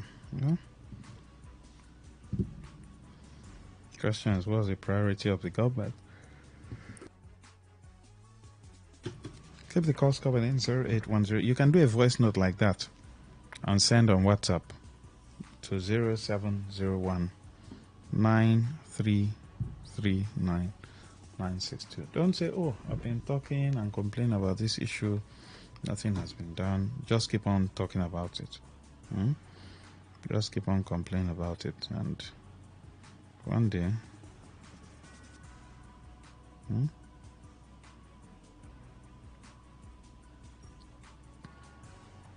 one day, a solution will come.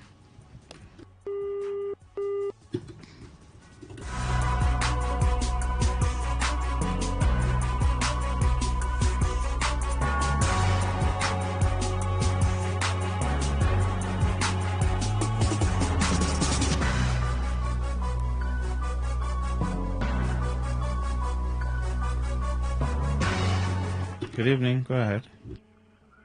Brother, good evening. Yes, please. Please, I'm Precious by name. My eyewitness, help me tell Oyibo, the DPO police station, those boys that he always mounts on that Mbano junction, in the name of night security guys.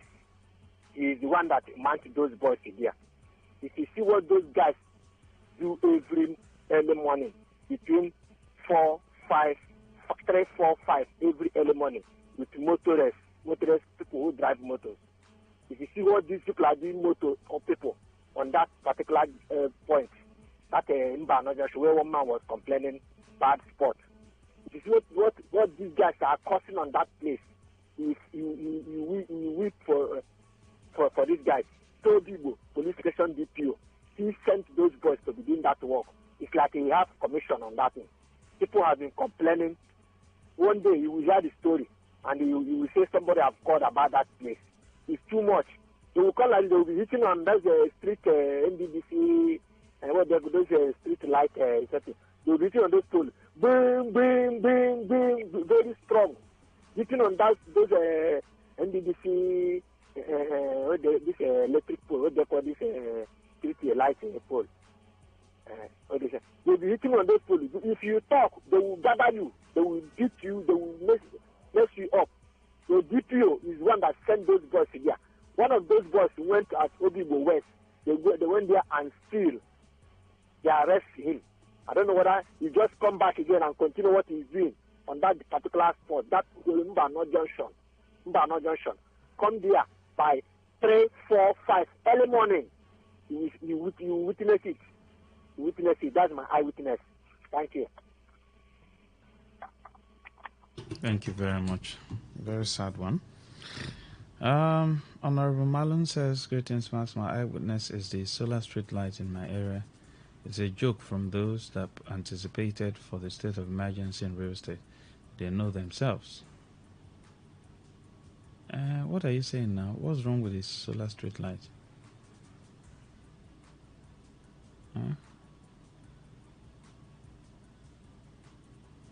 Please let me know.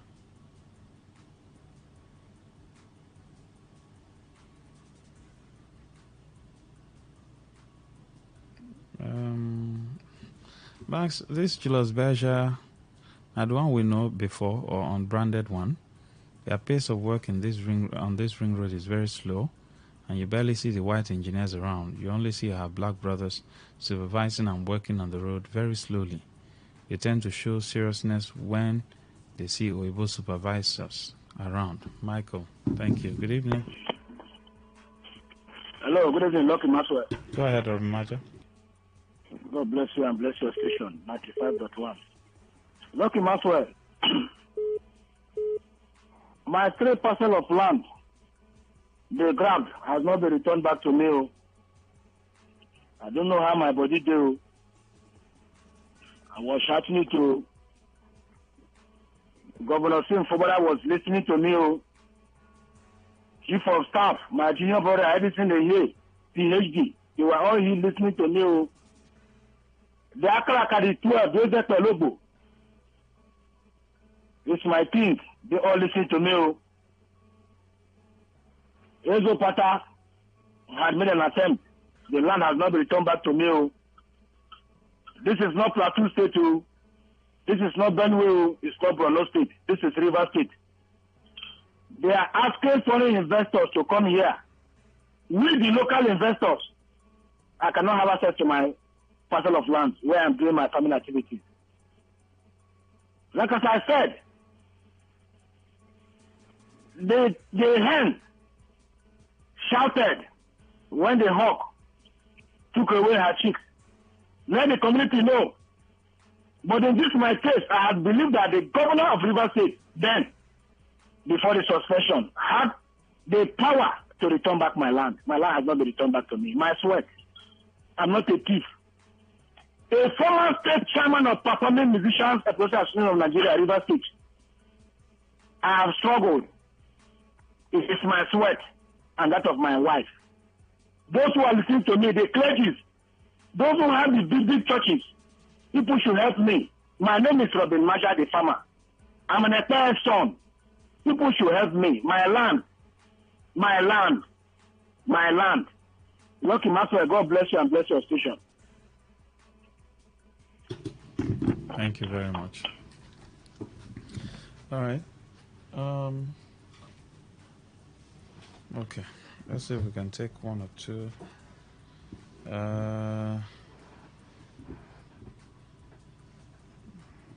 Max, I noticed as this if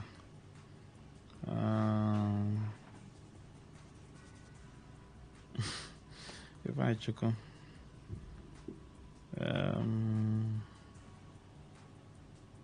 okay, that's not part of it. Thank God Ability says, Maxwell, are you aware that Port Harcourt City is dirty?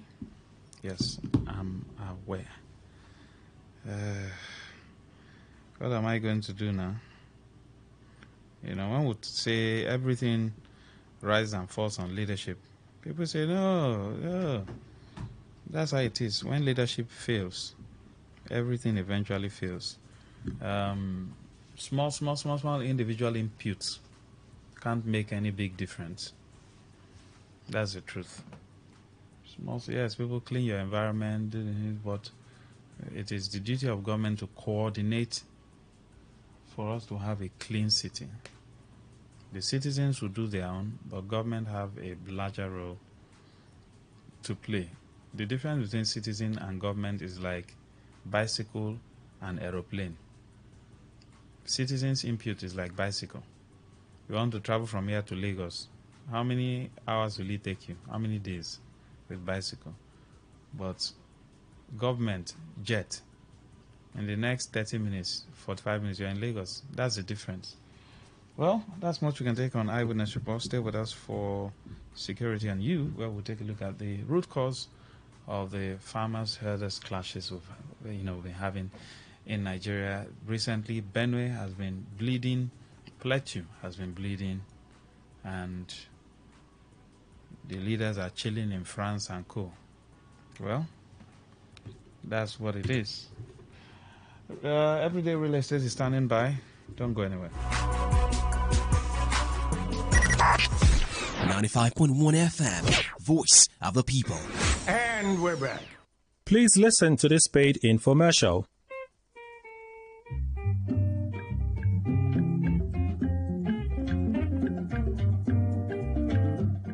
Ewo! Please, help me. My land is gone. These land grabbers have come again. Hey, who will help me? What will I do? I'm calling on the state government, the police, and the traditional institution. In fact, even United Nations to come and help me recover my land. Hi. Oga Anthony, come. Let me tell you something. What is the problem? Why are you shouting? Did they declare a state of emergency? Calm down. Now, the problem with you is that you don't listen.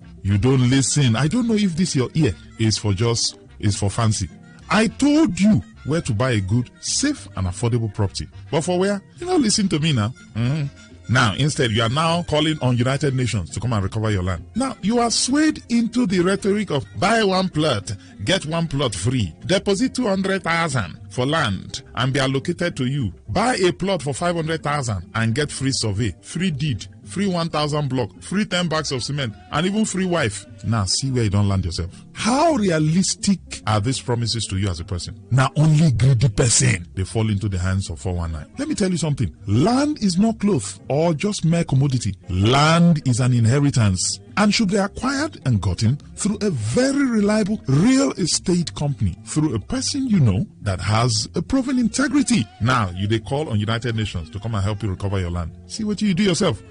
Come, Joe, make I tell you the good news. Do you know there's a virgin place that's untapped when it comes to real estate? A place with so much virgin lands yet to be disvirgined or deflowered, according to Igbo people. Now, a place that's close to the prestigious University of Port Harcourt, just a 3-minute drive to Sapphire Garden. A place that you buy landed property and you can go to sleep because the land cannot be grabbed. You don't need to buy landed property where everybody's going or where everybody's buying. Come and see our Sapphire Garden in Emoha. Just 3 minutes drive from the University of Port Harcourt, 3 minutes drive from Ignatius Ajuri University of Education, Ndele Campus, 5 minutes drive from River State University, Emoha Campus, and 1 minute drive from Emoha Council Secretariat and just by Greenville Company in Emoha local government area. How do you explain a land that's close to 3 universities, LGA Secretariat, and 3 major oil gas companies? Waiting you they wait for. Come, make I carry you go. Everyday real estate. Let's show you all our properties, including 1. Sapphire Garden Emoha,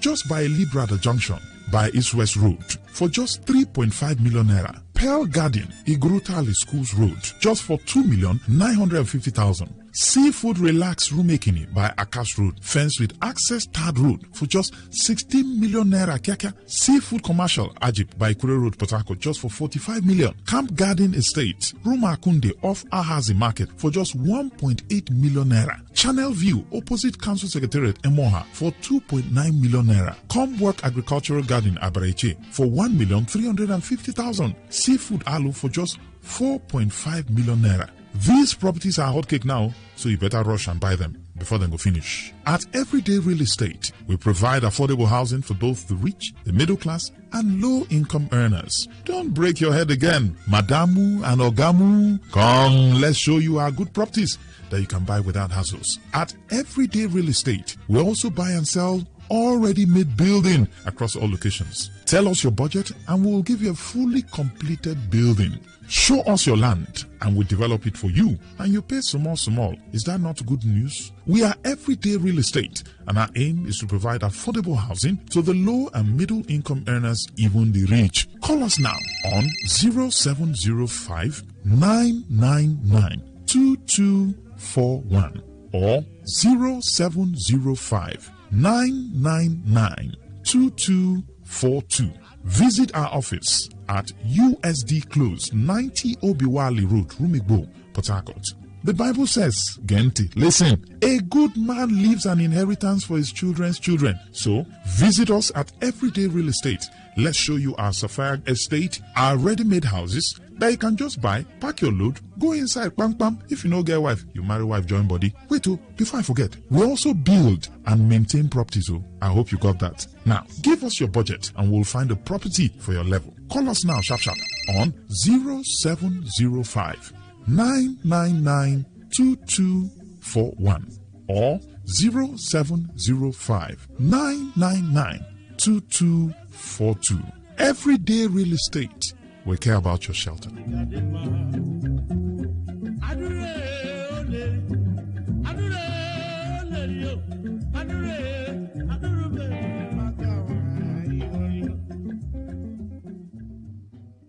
And that was a paid infomercial.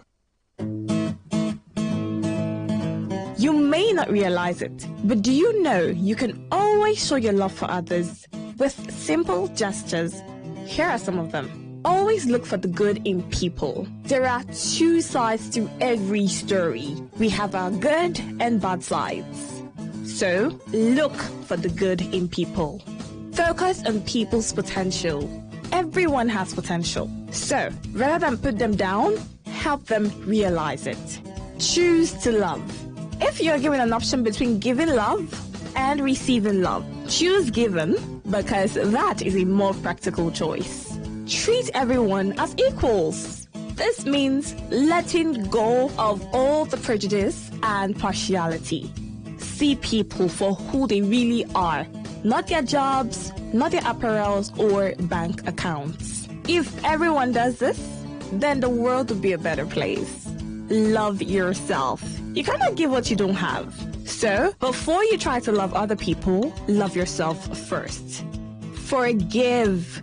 We all make mistakes. So, whether it's a family or a stranger, the best way of showing love is forgiveness. Everyone deserves a second chance. Show compassion. Care for other people. Care for what they are going through. Do what you can to help. Give back to the community. Remember that a single drop of water can cause countless ripples. That donation, no matter how small, can inspire others to do the same. Smile, even to strangers. Remember that you're never fully dressed without a smile. So, do not underestimate the power of a smile. Not only does it lighten up your face, it will also brighten up another person's day. Be the spark of positivity you want to see. When you smile, the whole world smiles with you. This message is brought to you by Today95.1 FM, the voice of the people.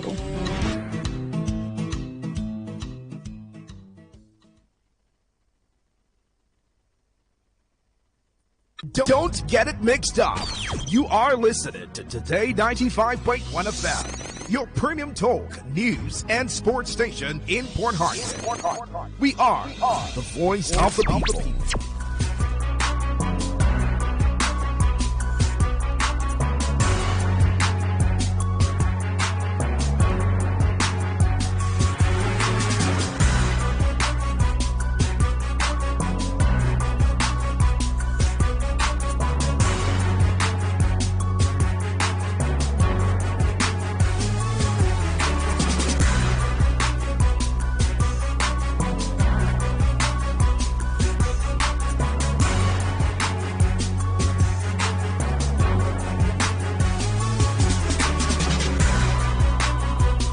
Welcome back. All right. It's now time for Security and You, where we'll take a look at the root cause of the farmers and herders clashes in Nigeria. Benue, like we said, is bleeding. Plateau, we talk about the massacres. What's its root cause? There was a video I was trying to lay my hand on. I think that man had an interview with a television station when Buhari was still the president. And immediately he finished, they invited him. DSS, that's how they behave. Once you say small truth, they will invite you. So I wonder why. Thank God the man is even was a senior man in the Navy. He was in charge of intelligence, and he basically said the truth. He said it's just that he's on television. He would have called names of people who are in government. Some of them are governors. Some of them are senators. Some of them are rep members whose hand has been fingered. And he said the NIA knows them. DSS knows them. Every institution you can talk about, they know them. But, you know, we keep on talking about these things over and over and over again. Well, I don't know, just like the children of Israel, when God will send a Moses to come and liberate us. Because we've not seen any Moses.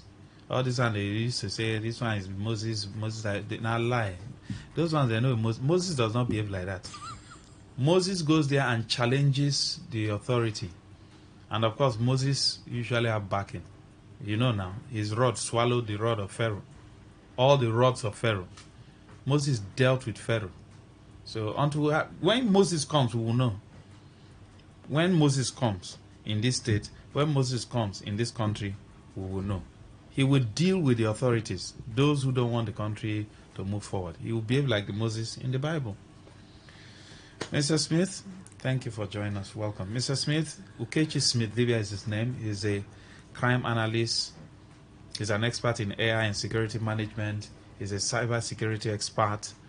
And when it comes to security issues, well, that's his own area of specialization. Unfortunately, when they want to bring in NSA Director General and all this, we'll go and bring in people who will just be nodding their head and say, President is doing well, the governor is doing well. They will not bring in people that will tell governor that, Governor, this thing, not be like this one. Or Mr. President, you're not doing well. Recently, the Deputy Senate President said Mr. President is doing well in terms of security. Whereas plenty people are crying. I watched good evening listeners. I think I listened to one House of Rep or a senator in Abia State. I think a 180-year-old man, forgotten his name, in Arise Television, and he said Mr. President is doing absolutely well. That security had been rejigged and everything is okay. And I think it was Charles I was interviewing, and Charles said, please, at your age, can you tell the younger generation what the president is doing about security? Just few days ago, about 2-3 days ago, as regards the plateau and so he said it at your age. I think I saw that interview here, but I couldn't listen. The man, I think he also did a book. He published a book. Yes, I've forgotten his name. He was celebrating his 80th birthday, and he said he has, by the grace of God, he has done well for himself and all that. So I listened to him, and when he was doing that interview, within me, I was disappointed. And I thank God for Charles that said, just at your age. He said at your age. At your age, 80, and you're celebrating and all of this. You have said you've done well for yourself. Can you tell the younger generation what the president is? And he said president is doing absolutely well. As regards security, I don't know, he has his own perspective, but the truth remains that the root cause behind the bloody clashes between herdsmen and farmers in Plateau, Benue, and other states is it most times these things happen and we just keep talking about committee, we keep talking about enough is enough. I mean, we say so many things in this country without going back to look at what are the root causes of this thing. And most times, these things have actually been something that has been done in another country, where you don't even need to do much. As a businessman, there are times you need to do something and you just check companies have already done this thing. You don't even need to bother much. All you just need to do is to call them and say, okay, fine, this is exactly what I need and this is how I need it. And at the end of the day, this will be done. Imagine what is happening that within two weeks, 144 persons. That's, in Nigeria, when we are not too good in data, okay? So if we say 144 persons confirmed death, I mean, if you go down, you now know what's going to happen or what number it is. Because if for a nation, and up to this day that I talk to you, we cannot, even in the presidency or the data management or whatever, cannot say we are 1 million persons. We are 2 million persons. At every point we talk about the population and data in Nigeria is always over and over. So this they have agreed and told us that 144 persons are dead, and the question is how many persons have been arrested. When I was coming from work, we were talking of men dying earlier and all that. And you can also go and check how many men died in this or were caught up in this incident. You will also see. But then, I think that we should go a little bit above the normal committee, the normal talk that we hear and see from the government and the people in authority. Like I told you, I was listening to the governor of Benue. I mean, he keeps giving conference, addresses and addressing the nations and his state and all that. And I just told myself, I said, this man cannot do what Otom had done it for Benue people as regards this thing. In fact, it got to the point Otom said they should defend themselves. Because it became an issue that he, as a governor, he couldn't even manage again. In fact, he did so many things and he said so many things, even against the president that time, I think President Buhari. But then, this one, on saying, I said, we are not learning anything. Because ordinarily, he would have even known that these things keep happening and they will continue to happen. It's just like what happened in Edo State when we talk about jungle justice. I told you, I said after this week it will go off, and at the end of the day, things like this will still going to happen. So, what are the root causes of this thing? How do we solve this problem of herders and farmers so we can actually rest? If you go to Rwanda, these things happened and they have gotten a solution. If you go to Kenya, they have solutions. So what is happening that we cannot sit as a government and so, okay, what are the root causes? What do we need to do? This problem is the herdsmen going into farmers, farming community to farm. They go to look for their pasture where their cow take and graze and all that. And at the end of the day, they go to look for water. So how do we solve this problem? How many states in Nigeria that have actually talked of constructing and implement a full ranches whereby we can bring these people in just like they build markets? Now, number one root causes I have said here is resource conflict, where I'm talking about land and water. That's exactly what I'm telling you. Now, at this heart of this crisis is a bitter competition, resource conflict. The herdsmen are talking about land and water to take care of their cattle. The farmer is talking about land and water to take care of his crops and farm. So how do we separate this resource conflict so that the herdsmen, we know that this is our boundary. The farmer will know that this is my own boundary. Now, the truth remains that because the herdsmen will still need to graze, as in they will move their cattle and graze and look for a grazing point and where they have to graze, they will definitely encroach into farming community. As such, what are we going to do? The government of Benue, Plateau, Nasarawa, Taraba, where these things happen. I mean, it's close to us also, but we're talking of places where these things happen. I took a brief study and research with Rwanda, and I discovered that they had ranches just like we have parks, motor parks. They have ranches like if the herdsmen are coming probably from the Oyibo area, they have ranches around that Oyibo area where once they get there, that's exactly where they're going to camp. And as such, the government had that ranches. They have water that they provide for these people. They have the areas that they've already farmed that is already prepared for their pasture where they can graze and all that. As such, these guys pay for that particular space.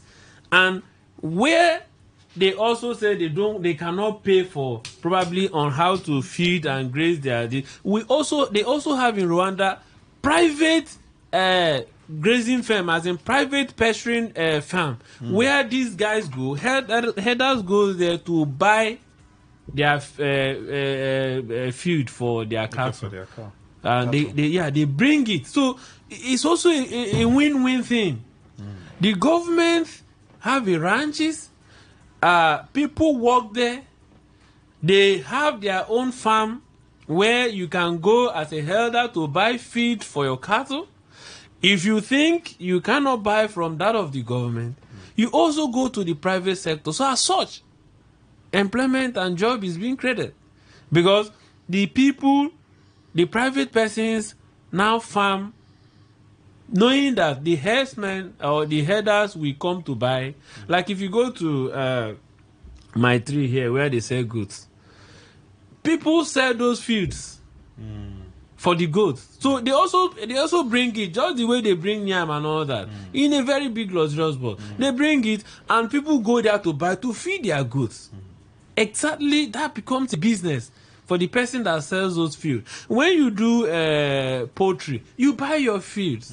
So, but the truth is, due to the nature of this their business, I do not think on their own that they can actually begin to construct ranches, knowing the capacity of these people. I know that yes, it is assumed that these are owned by Alhajis and all that in quotes. But the truth is, number one is resource conflict. How do we look at this? I said that farmers expand into what used to be grazing route, while herders in search of pasture encroaches into farmland, leading to deadly confrontation.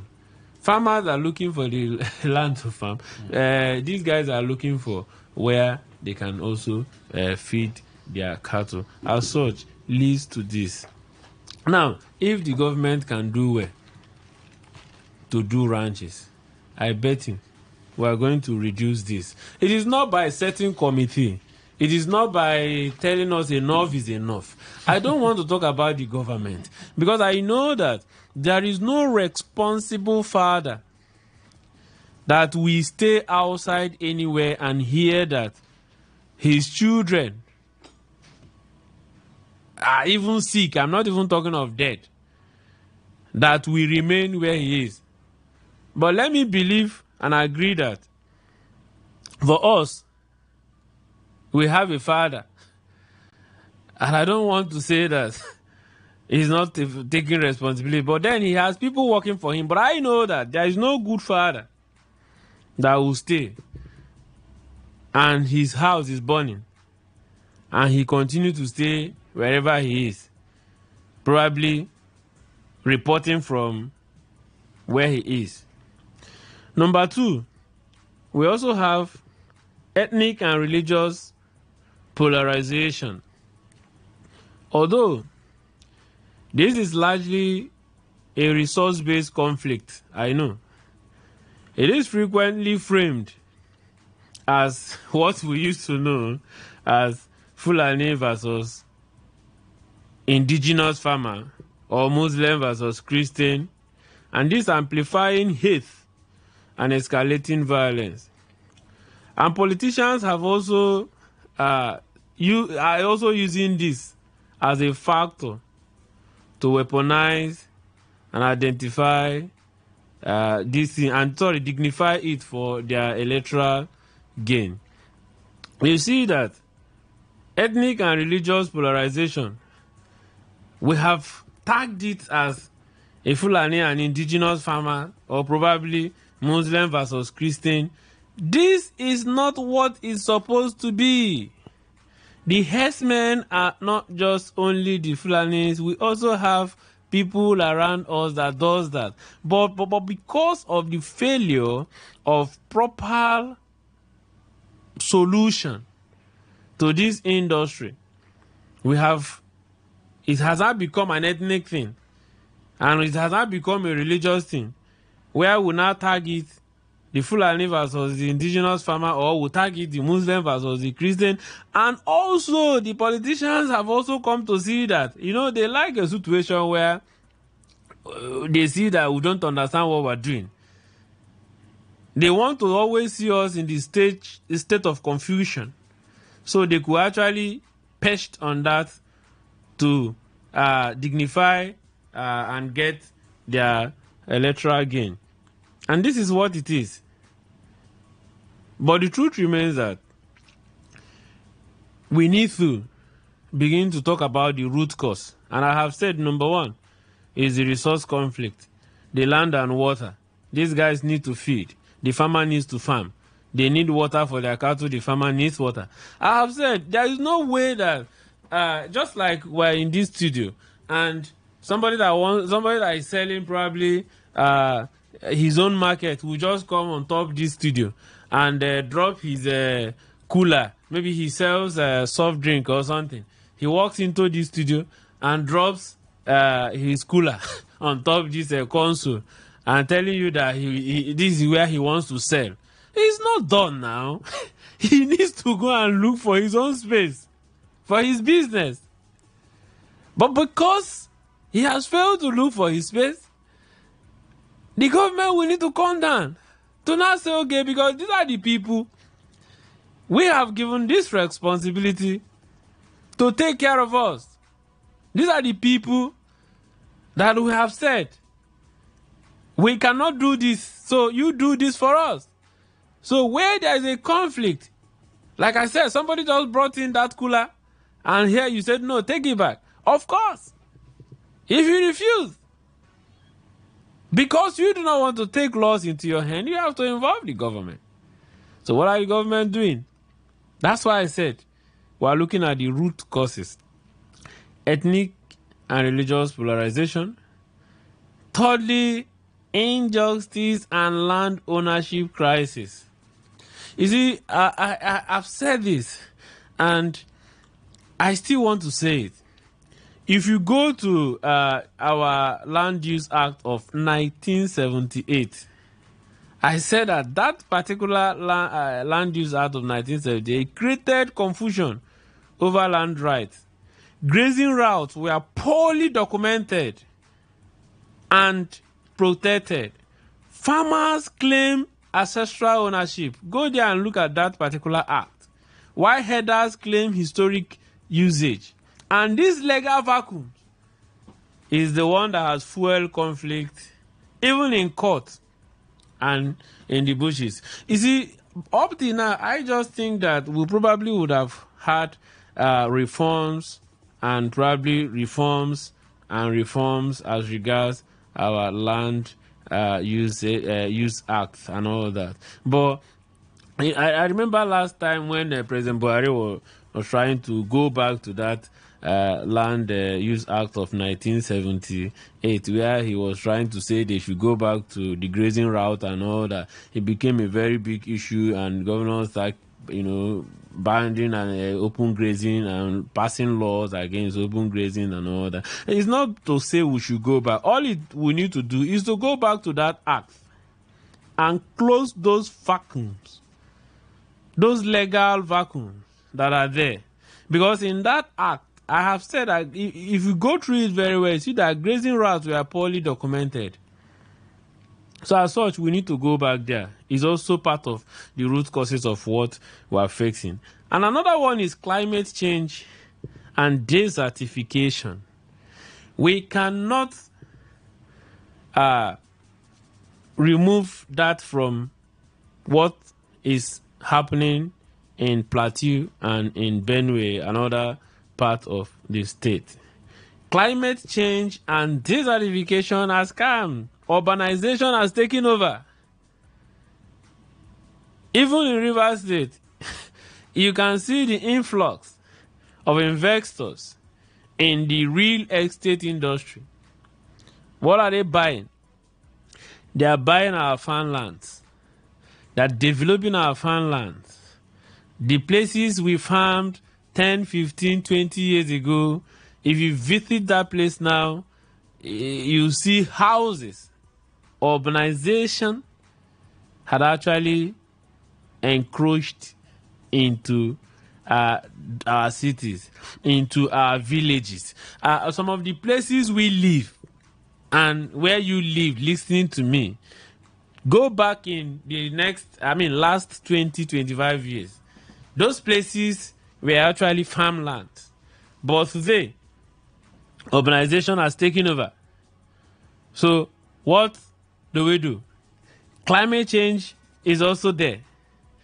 If you go to the north, desertification has also taken over. So it tilts these people, it pushes the headers southwards. Means that because of desertification, 90 or 60% of lands over there are actually, to an extent, desert. So it pushes these guys to the southward.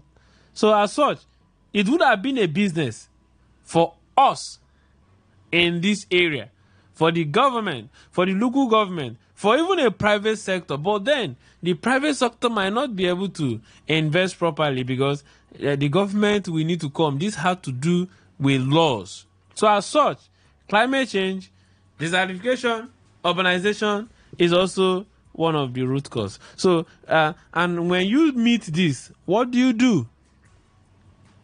That's where the government will need to come to help so we can have a final solution to this challenge. I have here number 3, weak security institution and poor justice system.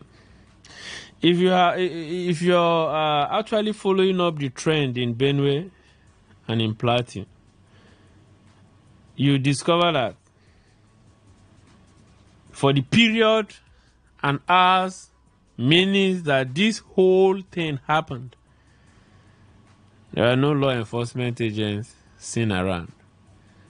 Because you cannot tell me that for an incident that will happen in a community for 1 hour plus, there is no law enforcement agent. Because if they were there, or probably they arrived earlier, we probably would not record this high level of casualties that has been recorded a few weeks back. So weak security institutions and poor justice system is also root cause. The failure of law enforcement to prosecute attackers,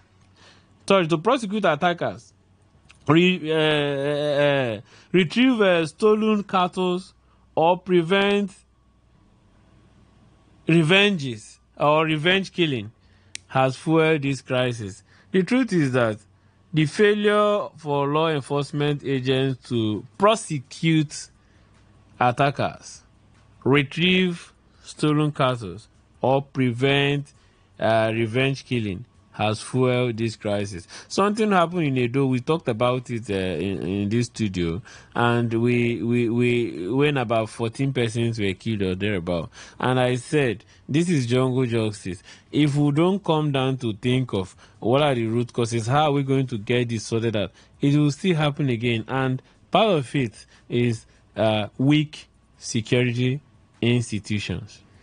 If you go to the research and look at what happened between 2020 to 2025, you see that several massacres that happened in Benue and Plateau, where they reported that over 8,000 persons had been killed in Benue State alone. And Benue State has also reported that they have 1,200,000 and something IDPs, that's internally displaced persons in in Benue State. Now, this has also happened a few weeks back. So, take to it that the root causes, number 1, resource conflict, ethnic and religious polarization, historical justice and land ownership crisis, climate and urbanization and desertification or deforestation, and weak security institution, and poor justice system. And what are the end parts? Number one, loss of life. Between 2020 to 2024 alone, over 8,000 persons were killed in herdsman-farmer conflict, mostly in Benue, Plateau, Nasarawa, and Taraba. Massacre in Agatu, that's in Benue, Otobi, Plateau, Guma, Benue, are also examples of mass killing with limited justice. When the former governor Samuel Oton was in Benue State as a governor, there is absolutely nothing he did not do to see that this issue did not come up again. In fact, to an extent, then I was following him up. He was almost frustrated seeing how he could fight this, because his people were killed then almost on a weekly basis. So he was on top of the game. But unfortunately, I thought that he probably would have profiled a solution, because the strength and the energy at which he had that particular time. But unfortunately, we are still here again. So one of the impact is loss of lives. Internal displacement is the number two. I've said here that Benue State have over 1.2 million IDPs, many living in an unsafe and unsanitary camps. Children are out of school, farmland abandoned, community reduced to ruins. This is exactly what you see when we fail to look into the root cause. Yes, I know that the government had probably spending certain committees looking at ways, adding and increasing budget for the security department, but not looking at how do we build ranches for these people. If verbal warnings had not solved the problem, if meetings upon meetings have not solved this problem, how do we build ranches? How do we visit the Land Use Acts? Because the impact is severe. The impact, loss of life, 144 persons just for a few weeks back. Internally displaced person, we have 1.2 million just only in Benue. And we're not talking about economic decline, which is the third point of the impact that this brings to us. Nigerian food basket, is Benue, and surrounding areas have seen over 40% drop in food production between 2020 to 2024 due to violence.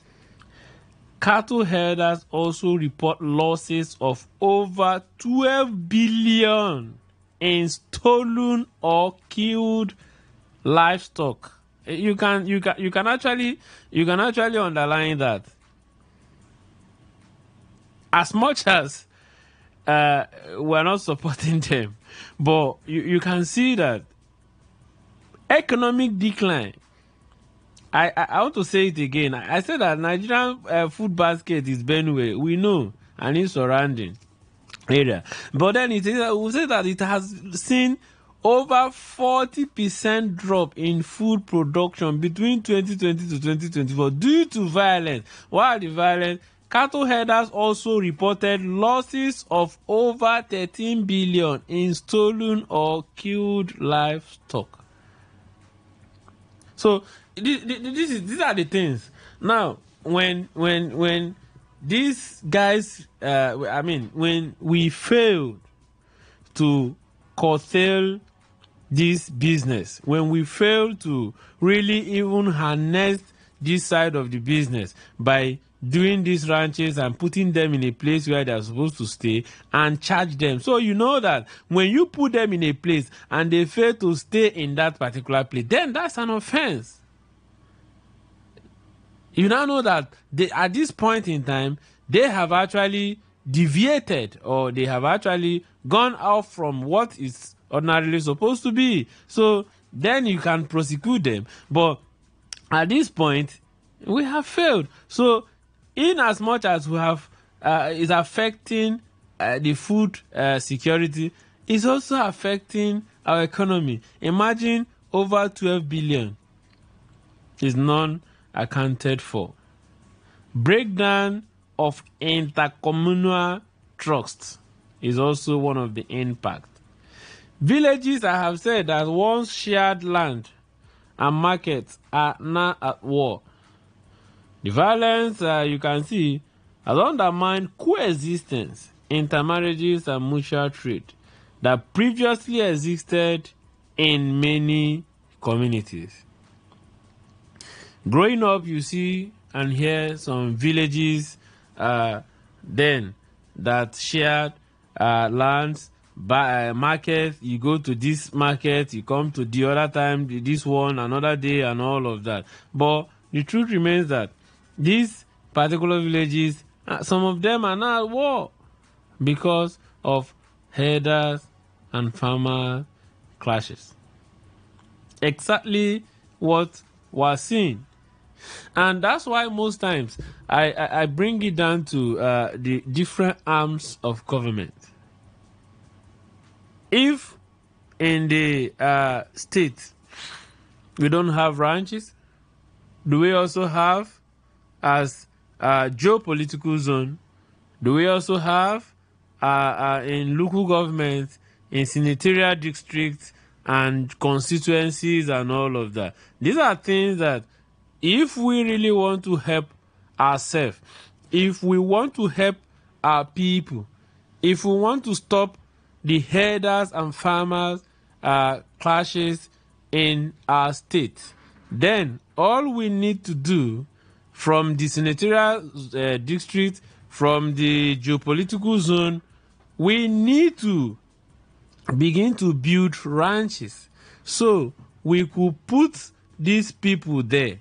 Just like I've said, in the impact, we have one loss of life, internal displacement, economic decline, breakdown of intercommunal trust. And that's certainly what it is.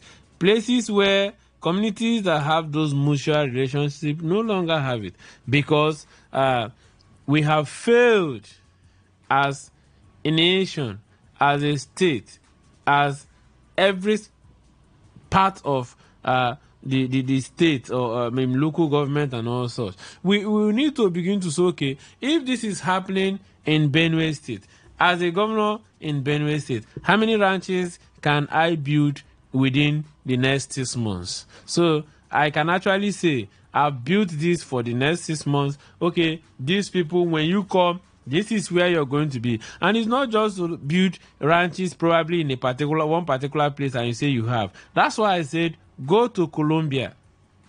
You discover that they also have ranches like Motor Park. Go to Rwanda. Go to Kenya. These are African countries. They also have this. And they have curtailed these herders and farmers crisis to the point that the people are now, they are protecting their people.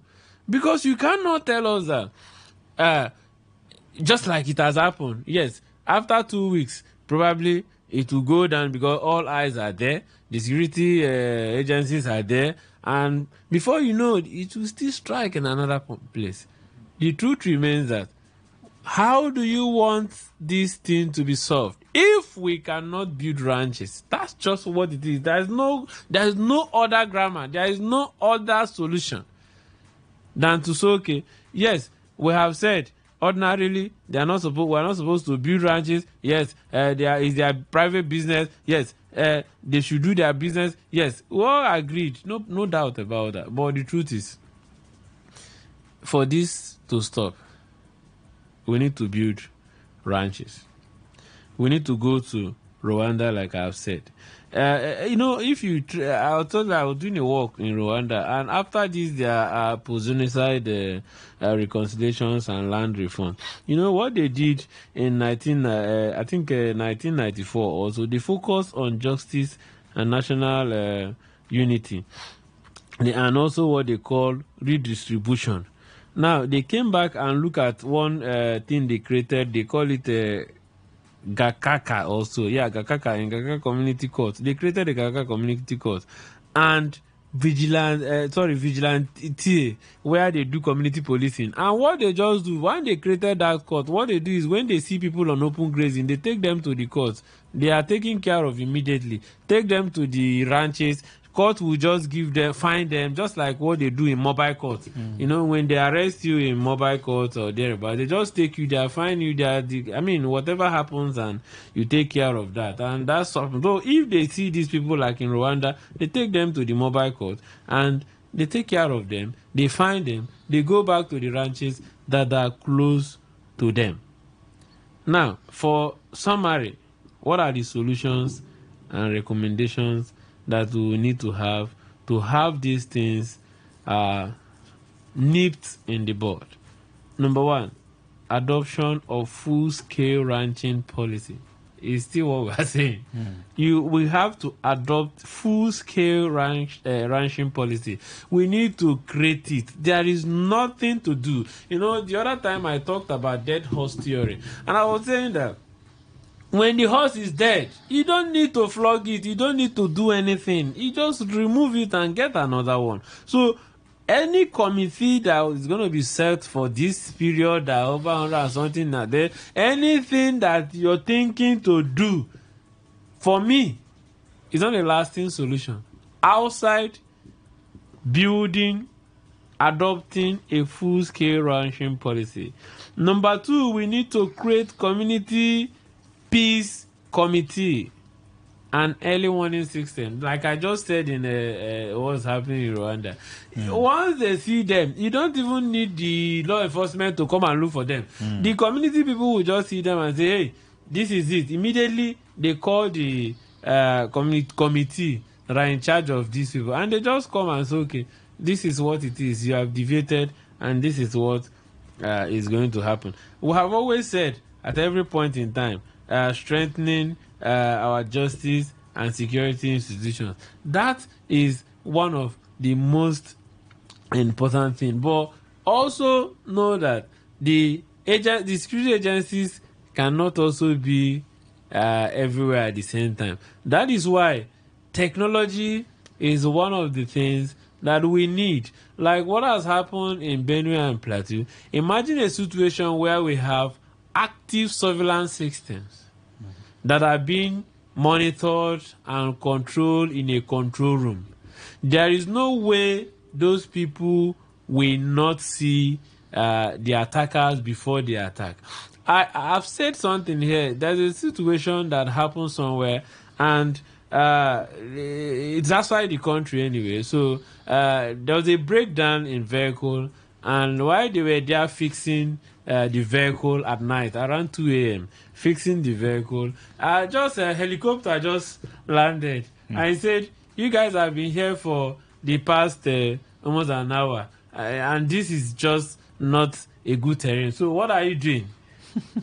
And there's an explanation that the vehicle broke down. They're trying to fix the vehicle. That tells you that people are somewhere monitoring you.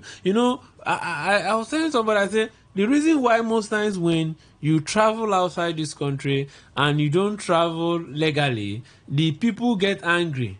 If you go to US, if you go to Germany, and if you don't go legally, they get angry. They get angry because they want you to come in rightfully, so that they can add you in their data, so that they can plan for you, so that they know that yes, this person is here. They don't just like a situation where you just jump into them and all that. So That's exactly what it is. But unfortunately, it is not like that here. So our justice system, we need to strengthen it. We need to deploy technology so that we know that at every point that these things are happening, somebody is somewhere looking at it, watching it, monitoring it. If we don't deploy technology surveillance systems, this will still continue. So in just a conclusion, what we just need to get this whole thing nipped on the board is one, building ranches. We need to adopt full scale of ranching policy, and we need to also introduce technology. So we could stay in the control and monitor what is happening. Follow to him on people. Facebook, Ukechi Smith Divya, Ukechi Smith, SMITH, Divya, DIBIA. Thank you, Ukechi Smith Divya, for coming on the show. We appreciate you. Welcome, Mr. Maswell. 95.1 FM, voice of the people. And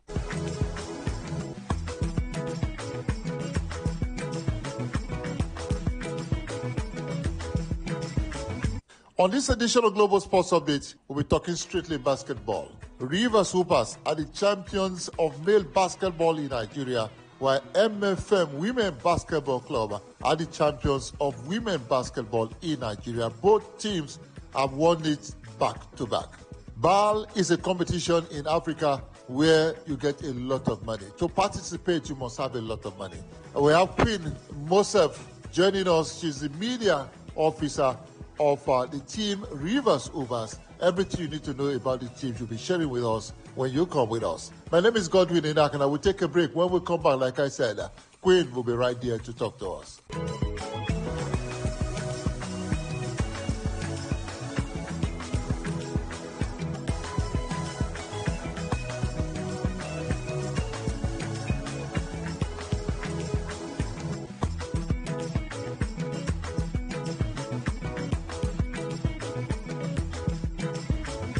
I did say when we come back, we'll be speaking with a young woman who has been saddled with the responsibility of speaking and painting in good light the image of the perennial champions of Nigerian basketball for men. MFM Women Basketball Club are champions for women, just like we have Rivers Hoopers are champions for the men. Queen, thank you so much for the great job you are doing at Rivers Hoopers. Thank you so much, Godwin, for having me.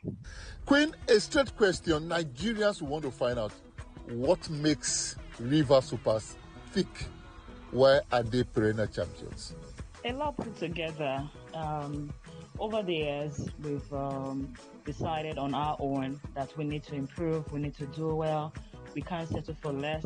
We can't settle for previous championship or previous record. We have to keep getting better because other teams are also going to try to get better. So as they are getting better, we also have to get better, and that's the only way we can be perennial champions of the league. Looking at it over the years, we've seen the likes of Kano Pillars dominate the Nigerian League, Nigerian Basketball League. When we got in 2009, 2010, we said we're going to compete with the likes of Kano Pillars. We tried to break the jinx in 2010, but we couldn't. We finished second behind Kano Pillars before winning the 2012 edition, and then we went on a drought. We had some challenges there, and then we got back in 2016. After going on relegation in 2015, got back in 2016, finished third that season, and since then we've been practically finishing first or second in the league. Well, the last time we finished third was after the 2016 edition was in 2022, when we finished third behind Customs and Kwara Falcons. So it's that zeal to do well and to get better. And what makes us thick is that hard work, dedication. We put in a lot of work. We have a very good coaching crew headed by Ogo Odaudu, who has been in charge of this team since 2009. He has been with the club And so you cannot separate River Supers from Ogo Udaudu. The same exploit he has done for the team is what we've also achieved. He has won all 6 titles won by the team, and also other achievements. So courtesy of him. So it's the coaching crew is headed by Ogo Udaudu, and for anyone who knows Ogo Udaudu, you know he's a hard worker. Like, he's a dedicated coach who loves to do better, who loves to improve on his in his style of play, in his coaching abilities and technicalities. And so, in addition to that, we also have a very good management headed by Ife Ozaka. He's one manager who knows how to bring in everyone, irrespective of your character, your attitude, and what you can bring. He just believes that everyone has something to prove, everyone has something to give. Like you mentioned earlier when you did the introduction, a young woman like me in charge of the team, I've been in charge of the team since like 2016, he gave me the nod, like he gave me that go ahead to be in charge of the team after I applied for the job. So many people didn't know I applied for the job. I applied for this role in 2016 and I got it. Not because I knew him, I never knew him, he never knew me, but he thought I had a plan, and what I proposed for the team was something he was thrilled about, was so thrilled. And being a woman coming to take charge of a men's team, he really want to see what I could offer. So that's one thing that makes us stick: the management, the coaching crew, and also we also have good players. We tend to go for players who would always deliver for us, who always give us what we want. Everybody definitely have their qualities. Everybody has their qualities in them, but we go for players of attitude, players of good quality, players who can actually compete with other players and other teams across Nigeria. So that is the areas that has made us really thick over the years.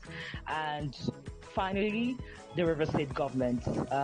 In all of this, if you don't have financial support, if you don't have enough backing from your sponsors or from the government, then you know there is problem. We also not to forget the fans who have pushed us over the years. Should I say congratulations to everyone at Rivers Upas? BAL won, you got to the semi-final. Your coach, Ogodaudu, was voted the best coach of BAL. You're back there. From Morocco, you're going to South Africa. What is the plan? What is the target? BAL number 5 in South Africa. It's season 5 in South Africa. Our target is to reach the final this year. Last year when we got into the BAL, our plan was, let's just make the playoffs, because we really were not sure of capacity or capabilities, because the first outing we had wasn't great. So, but we just set maybe just a minor target for ourselves to go out of the conference, and which we did as far as getting to 3rd place finish. So, but this time around, we want to go a step further and not just finishing 3rd, not just getting to the semis, but getting to the final. Because if you finish 3rd place the previous season, the next season you want to go further. You want to at least go a step further than what you did in the previous time. So that's our plan. We want to reach the final this year. We'll go back to work. Everyone has gone to rest at the moment. We'll go back to work. We still have over a month to prepare before the playoffs will start in South Africa on June 5 or 6. So, but we are hoping that would be well prepared for that. We've seen areas we need to work on. We finished second from the Kalahari Conference, but we are hoping that we can work on those areas that needs to be worked on before South Africa. So, but that's our target this time, to get as far as the finals. Queen, there's something you haven't said. River Supers parade the best players in Nigeria and the rest of Africa, even from America and, of course, Europe. This costs a lot of money. Who is funding River Supers? Government or private sector? I mentioned it. I said for you to play for River Supers, you have to be player of quality and good attitude and all that. Well, yes, we have players across the world, and that's because the Basketball Africa League, which we are competing at the moment, gives us that leverage, and it's part of the rules of the BAL. The BAL is just like the football version of the CAF Champions League. It's for champions of 12 teams in Africa. So they compete every year, and it started off in 2021. It's courtesy of the partnership between FIBA Africa and the NBA. So they give that leverage and that opportunity for each 12 team or each of the 12 teams to recruit players of African heritage, not necessarily a player of Nigeria, and players from the G League, the America, or in Europe, and all of that. So, but before you get this kind of players, you need to have the money. I could tell you for a fact, like a player in Egypt that's out here team, one player is earning as much as $40,000 per month. For $70,000, that's a whole lot of money. So it depends on the kind of player you bring to your team. If you're looking for the A list players or the B list players, you know the kind of money they're worth. They can go as far as $20,000 per month, $30,000 per month, $15,000 per month. It really depends on the quality of players you're bringing in and also their negotiation power. So, but for us, irrespective of the kind of players that we have, and even if you are paying them as low as $10,000 or $5,000, whichever way, it's still money. It comes from somewhere.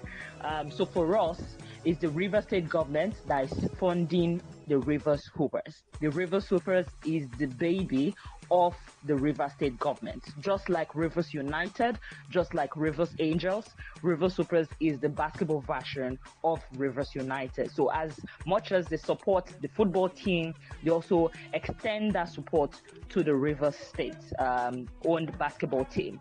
And that's why after we won the league last year, or the league 2 years ago, we also had the championship that we won. We also finished third in the BAL last year. We're hosted by the River State governor. So we are owned by the River State government, sponsored by the River State government.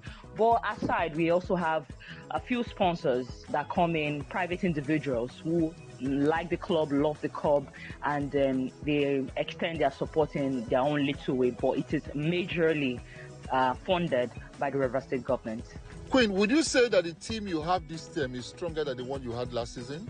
Yes, most definitely. Most definitely.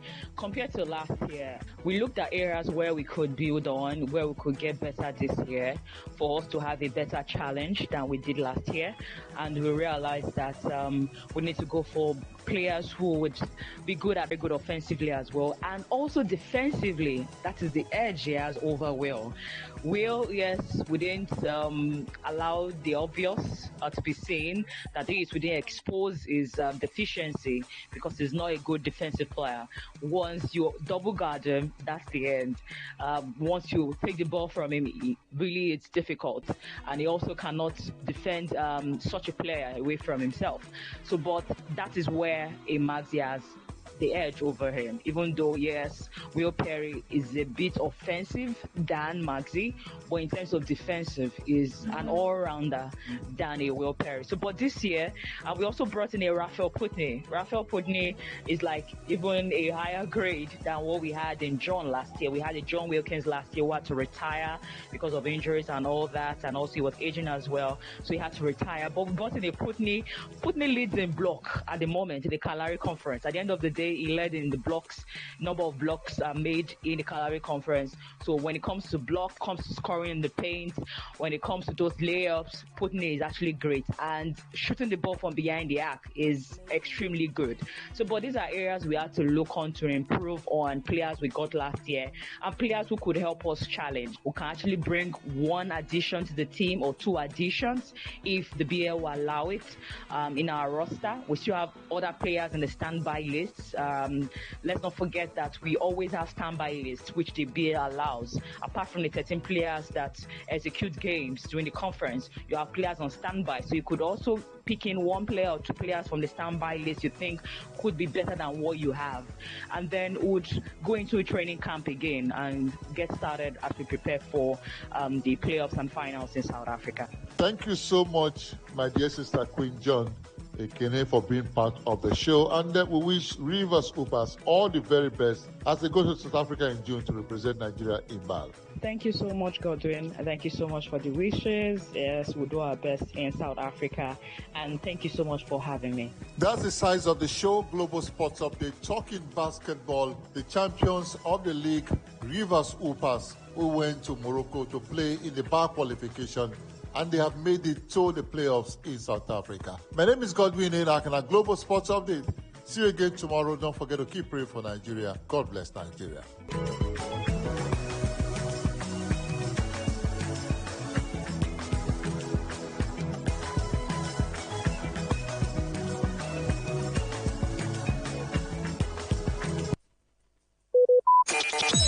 Talk radio. I listen to a lot of talk radio. 95.1 FM. It's a triple experience on this frequency. Talk, news, and sports. Right here, every day on Today 95.1 FM. The voice of the people. Please listen to this paid infomercial.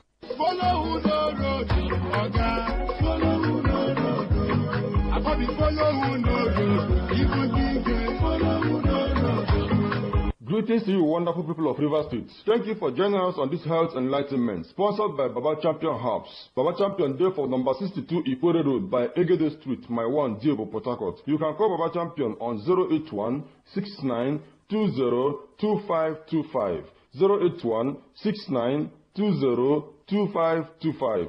Let's hear from the Chief Consultant of Baba Champion Herbs. Thank you so much, dear listener, for being with us. I am the Chief Consultant of Champion Herbs International. We are located at number 62 Ikwere Road by Egede Street, my one, Diobu, Port Harcourt. Today, I want to talk about erectile dysfunction. Please, could you break it down so everybody can understand this? Erectile dysfunction is the inability to get and keep an erection firm enough for intercourse. Having erection trouble from time to time is not necessarily an issue for concern, but when it happens frequently, it becomes a problem. It can cause stress, affect your self-confidence, and contribute to relationship problems. This problem of getting or keeping an erection can also be a sign of an underlying health condition that needs treatment. Male sexual arousal is a complex process that involves the brain, hormones, emotions, nerves, muscles, and blood vessels. Stress and mental health concerns can cause or worsen erectile dysfunction. Common causes include alcoholism and other forms of substance abuse, sleep disorders. If you don't sleep well, it can affect your performance. Tobacco use, too much sugar in the body, obesity, metabolic syndrome, which is a condition involving increased blood pressure, high insulin level, body fat around the waist, among others. We are located at number 62 Ikwere Road by Egede Street, my one, Diobu, Port Harcourt. Baba Champion Herbs. We are not jack of all trade. We focus mainly on those issues that cause embarrassment to you as a man. You can call us on 081 69 20 2525. 081 69 20 2525. Does it come with symptoms? Of course, it comes with a lot of symptoms, which, if neglected, could result to terrible conditions. The symptoms include trouble getting an erection or keeping an erection, reduced sexual desire. You find yourself, as a man, you don't have urge at all. When you experience other sexual problems, such as premature ejaculation or weak erection. Other ailments, such as diabetes, heart disease, might also be linked to erectile dysfunction. We are located at number 62 Ikwere Road by Egede Street, my one, Diobu, Port Harcourt. Baba Champion Herbs. You can call us on 081 69 20 2525. 081 69 20 2525. Any advice to our listeners? I advise any man with any of these symptoms to quickly visit an expert. Even if it gets you embarrassed talking to an expert, never mind that. Most times, treating an underlying condition is enough to reverse erectile dysfunction. In other cases, medication or direct treatment helps a lot. So, when you see yourself in this situation, visit an expert. Don't feel ashamed to talk to an expert. We are located at number 62 Ikwere Road by Egede Street, my one, Diobu, Port Harcourt. Baba Champion Herbs. You can call us on 081 69 20 2525. 081 69 20 2525. Baba Champion Herbs is all about you. Once you get to our office, we will run a thorough checkup on you, which includes comprehensive tests that will help us locate the root cause of your problem before we face it squarely. We don't charge anything to run the test on you. It is of utmost importance to us because it helps us to actually understand your situation and how best to tackle it. Remember, at Baba Champion Herbs, our main focus is on how to bring out the real action in you as a man. Make no mistakes. Visit an expert. We are located at number 62 Ikwere Road by Egede Street, my one, Diobu, Port Harcourt. Baba Champion Herbs. You can call us on 081 69 20 2525. 081-6920-2525. Thank you very much.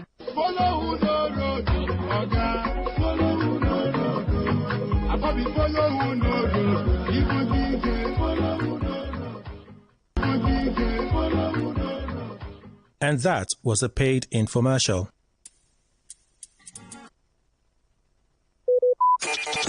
Talk radio. I listen to a lot of talk radio. 95.1 FM.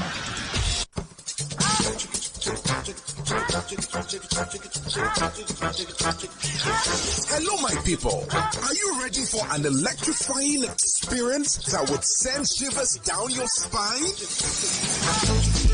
Welcome to the thrill. Hold on tight as we dive into the hottest highlight tracks that will make your pulse race and your feet move.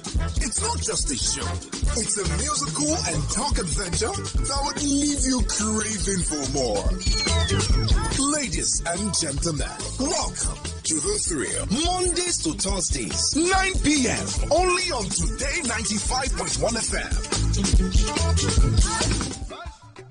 National President,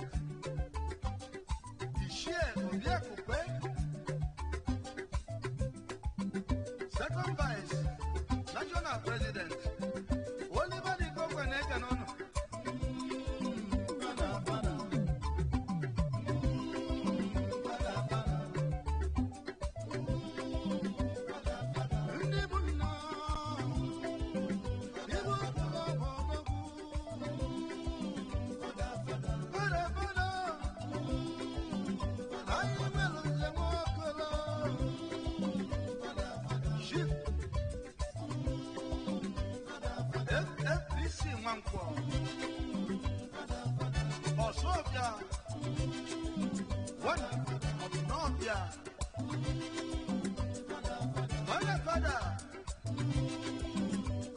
National Patron, People's Club of Nigeria. Chipsy Ayokoye. Nakusi Ababatete. Former legal advisor, Prince. GMI. Okoyeze. Manda Malini Nakunibo. Legal advisor, Lagos branch. JMS okay. Ishion on any. Okay, Bruce of Amici. Former publicity secretary. Lagos branch. Chief Dr. Sir. Yeno Wampo. Omwane Tiloro Pabagana. National Lodge. Oliver Nikokwanekanono. Oliver the Coke with this amazing song, Father, Father. Well, we've gotten to that point in Nigeria where we would have to go back to the drawing board because a lot of things are not exactly as they seem. So Nigeria's minister, 150 million people have power. Do you have lights? Do you have power in your area? Well, hold that thought. You and I are going to talk about all of that and more. Let's know, because it's not enough for, these lawmakers to say they've done this, they've done that. Let's know if these things are actually in place. Well, it's the thrill, beautiful people. Let's take a Desperados commercial. Right after Desperados, you and I are going to have this conversation. So sit pretty.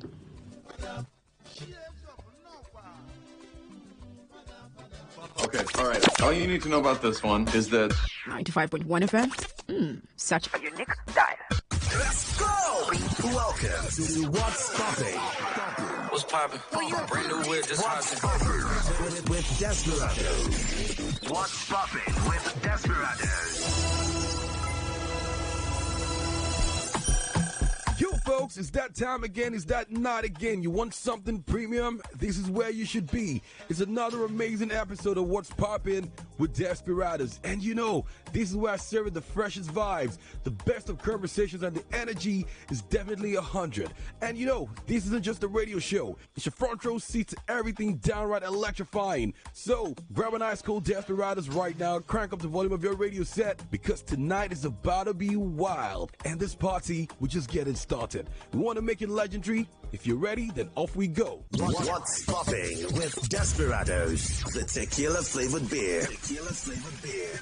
Say no more. You're welcome to the hottest show on the planet. It is What's Poppin' with Desperados. And you know, just like every other night, I serve you the trendiest pop culture updates, the spiciest celebrities as well. And I gotta give you the Popping 7, where I serve you 7 hot records, followed with the list where I give you the gist. And yes, what's the party without a location? I gotta take you to a spot that is definitely going down. But first, time for a quick break. Grab an ice cold Desperados. And don't even think about changing it, because this is where you should be. Remember, it's What's Poppin', and it's proudly brought to you by Desperados. What's popping with Desperados, the tequila flavored beer. Tequila flavored beer. Be extra and embrace the wavy. Who's the most unusual of them all? Desperados, of course. A beer with a kick that makes every night different from the other. Nobody does it better. Life is too short to be basic. Go for the unusual. Go Desperados. Not for sale to persons under the age of 18. Drink responsibly. The Popping 7. It makes me feel good. I just want to get up and dance. I just want to dance. The Popping 7. Countdown of the joints you feel the most. Welcome back, fam. It's time for the Popping 7. So it's time for you to get your laptops, your mobile phones. It's time to update your playlist. And first on the list today is a brand new entry, Barry Tigger featuring Peruzzi. And this right here is Relationship. It's absolutely fire. Turn it up, soak in the rhythm, and let Barry Tigger and Peruzzi serenade you, because Relationship is the mood right now. Say actions speak louder than voice. Say I took the talk, make I show my walk. Tell me say left not on my door. Say go to my door, money down the boss. I'm single, I'm not searching. I'm tired of the talking. I'm only for the money. Come and speak to walk up on.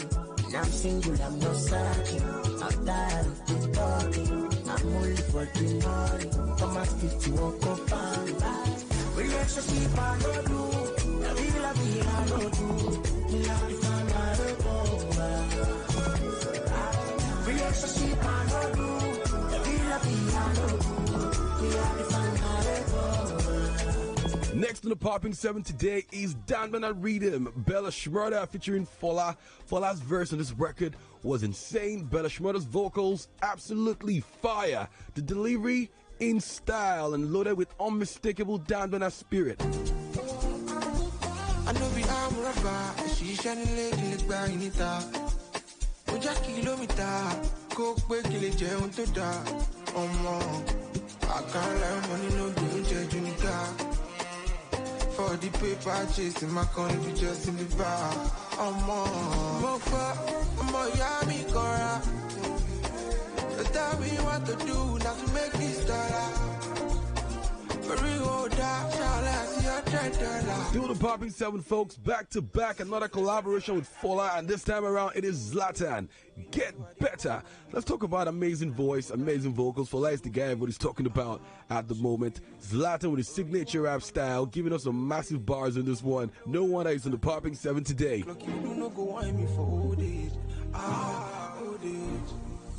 I just want things to get better. Go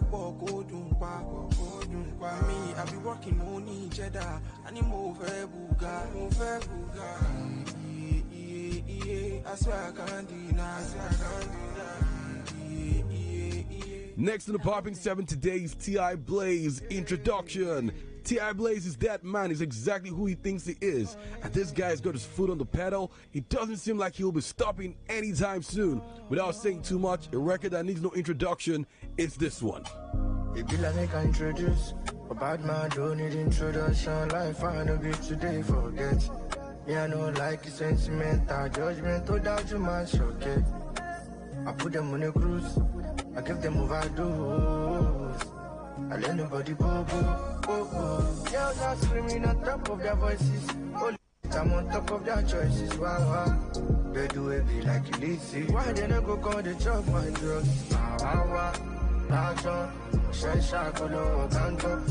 One year poverty, Samo. Last time I see I'm a tambo. Madishora, Jambo. We don't follow them to cactus. Even when they try to quench your fire. Only just grants my desire. Yo, fam, the energy's still 100. It's never gonna drop. You already know what time it is, and the vibes are still popping on the Popping 7. And you know, just like every other night, we're super excited to have Desperados as our sponsor. And say no more, because this bold tequila flavored beer, it's all about you breaking the rules and pushing the limits with its refreshing taste and that spicy kick. And you know, it's Latin vibe season with Desperados. And this right here is more than just a beer. It's a lifestyle. So raise your glass to the beer that's made to be different. If you're with me, then let's go. Be extra and embrace the wavy. Who's the most unusual of them all? Desperados, of course. A beer with a kick that makes every night different from the other. Nobody does it better. Life is too short to be basic. Go for the unusual. Go Desperados. Not for sale to persons under the age of 18. Drink responsibly. What's popping with Desperados? The tequila flavored beer. The Popping 7. It makes me feel good. I just want to get up and dance. I just want to dance. The Popping 7.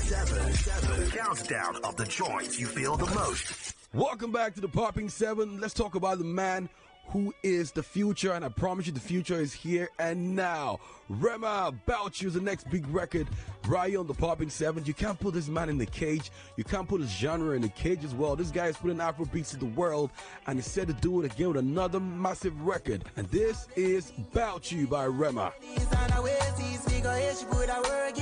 Change her life, sis, because she deserve it. That girl is around the world, but she my favorite. 4:30 in the morning, thinking about you and about your Archie. Body, yaddy, yaddy, yaddy. Yo, makeup always too slick, no cake. And forget the way you did, dreaming up, Angelique.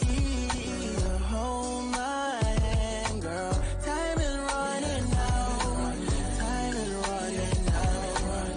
Yeah, let's make it count. Next on the Popping 7 today is Chill Out with My Darling. This one, fresh off his project Tears of a Madman. This is literally trending everywhere. My Darling, the beat is insane, the lyrics is incredible, the vibe is 100, and it's featuring on the Popping 7. So, you know what? Let's enjoy it. Telling me what I owe you. Telling me what you wanted me to give you.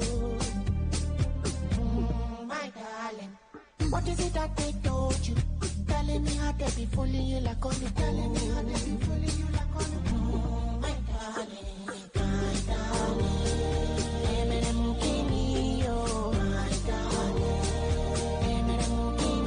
And the last but definitely not the least on the Popping 7, if you do not have the song, Where Have You Been? Black Sherry featuring Fireboy DML. So it goes. Everybody loves the song. I love it as well. So if you don't have it, where have you been? Honestly though, this record is one of a kind, and that is how we pretty much wrap it up on the Popping 7 today. My word out and say, I'll be doing this for a while, searching a better place for my life, cause where I'm from, no resting, all we had was nothing, say it was zero and blessings, but I had blood in my eyes, fire on my head, survival plans full my head, I was getting tired, but you make me wanna trap again. And she said, if you see the lights, remember that I was with you when you were lost a lonely lover. Don't forget about me so soon. What's popping with Desperados, the tequila flavored beer.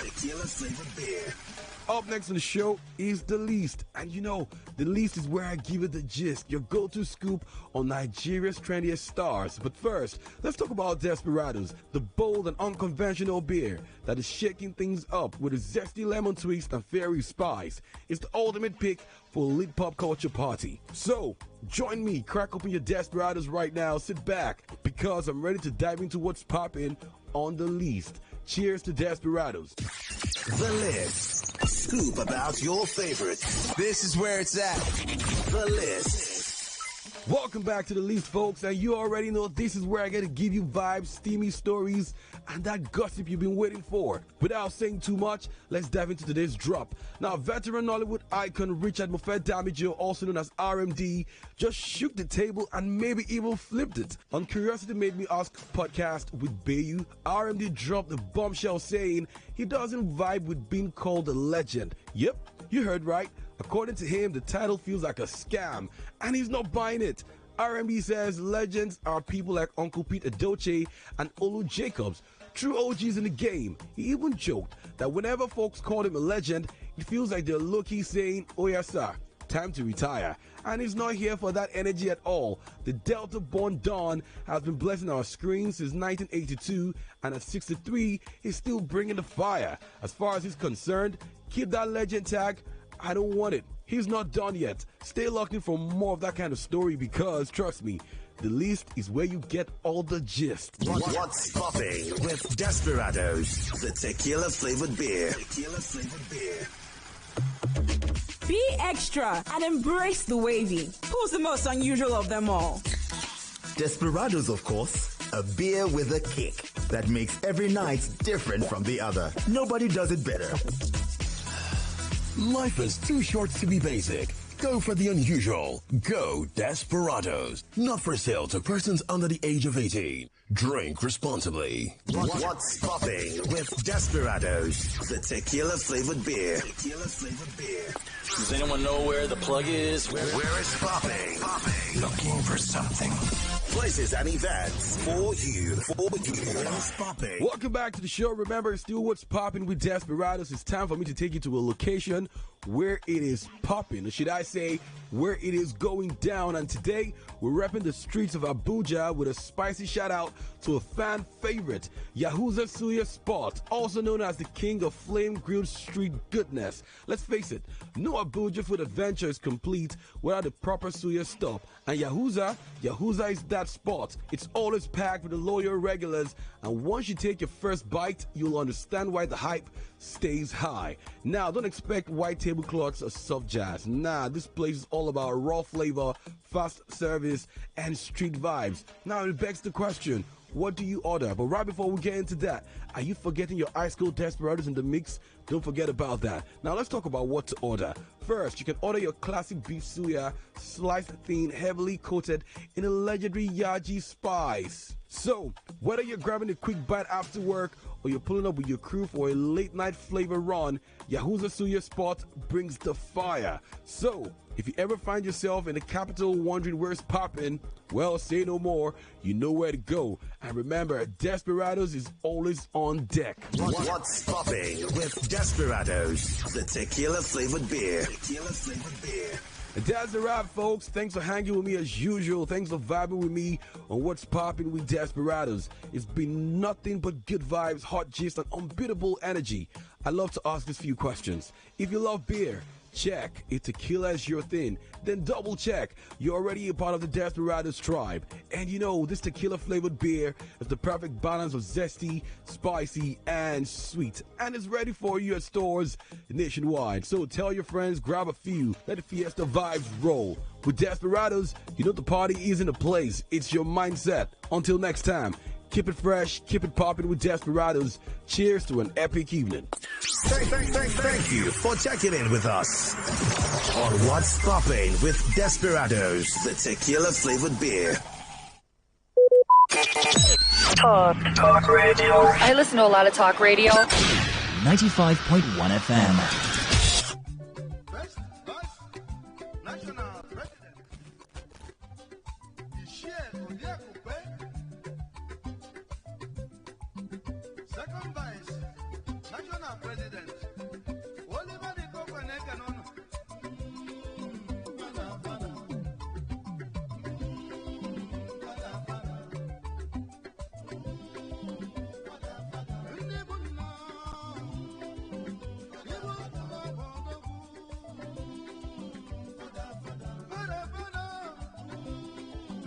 I am a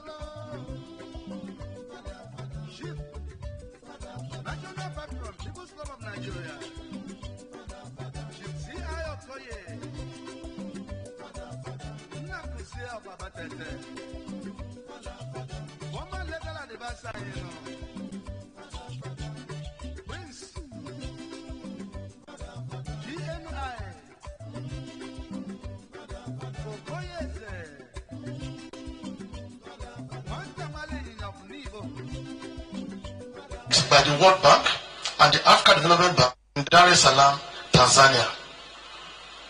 This initiative, which is led by the World Bank and the African Development Bank, aligns with our aspiration to expand energy generation and access to our people.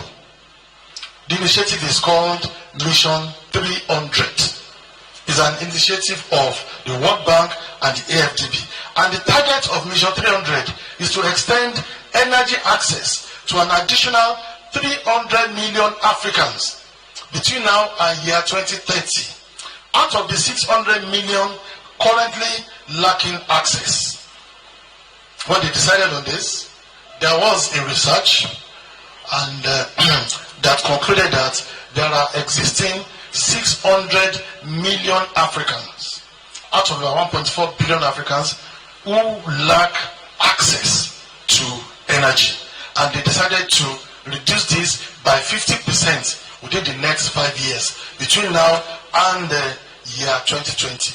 It's a joint initiative of WB and AFDB, and they are going to support this with resources. A total of $30 billion, $35 billion coming from the World Bank and $5 billion coming from the AFDB, which will even be complemented by donations from some philanthropic organizations like the Rockefeller Group in the US. So this initiative will be realized based on a 5-pillar strategy. Number one is expanding generation, strengthening utilities, that's the power distribution companies, incentivizing private investments, accelerating renewables, and boosting regional integration. We are all aware of the West African Power Pool, whereby there is a collaboration among all countries within the West Africa sub-region to ensure that there is improved energy security and energy transactions across the region. There is already an energy exchange institute in Cotonou, which was commissioned in 2024. I was personally present, and the chairman, the MD of TCN, is actually the chairman of West African Power Pool. The compact sets ambitious goals to enhance electricity access, increase renewable energy adoption, and improve clean cooking solutions for millions of Nigerians. That is Mission 300, and we're making good progress in this. And I'm happy to tell you that out of the 300 million Africans that the World Bank and AFDB want to give energy access to, Nigeria is in a position to claim nothing less than 25% of this, which is about 75 million Nigerians. So when we presented our compact, they agree with us. As it is today in Nigeria, a country with about 240 million people, we have access for 150 million people already, while about 80 million people lack access to adequate electricity in Nigeria. The issue is not really about access, it's about the reliability of this access. And reliability is measured in terms of stability of the access and affordability of this access, which is what we are working on. So when we have demonstrated,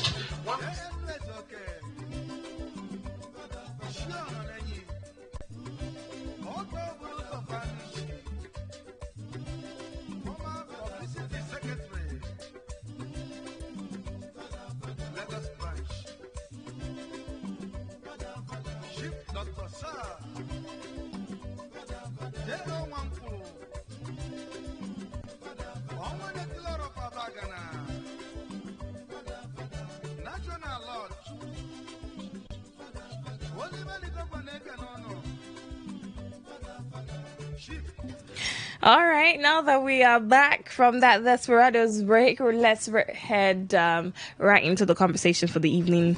Meanwhile, the weather is giving a lot of things. This weather these days with the constant rain, I like it. I like it when it rains. I just prefer it rains when I'm home, when sleep is the plan. Yeah, as long as it rains when sleep is the plan, I'm good.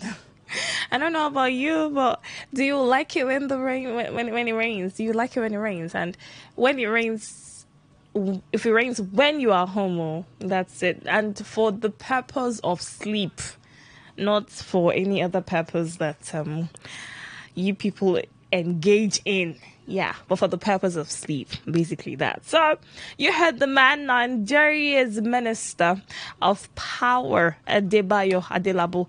He says 150 million Nigerians now have access to adequate electricity, as in, don't play, while 80 million still lack reliable power.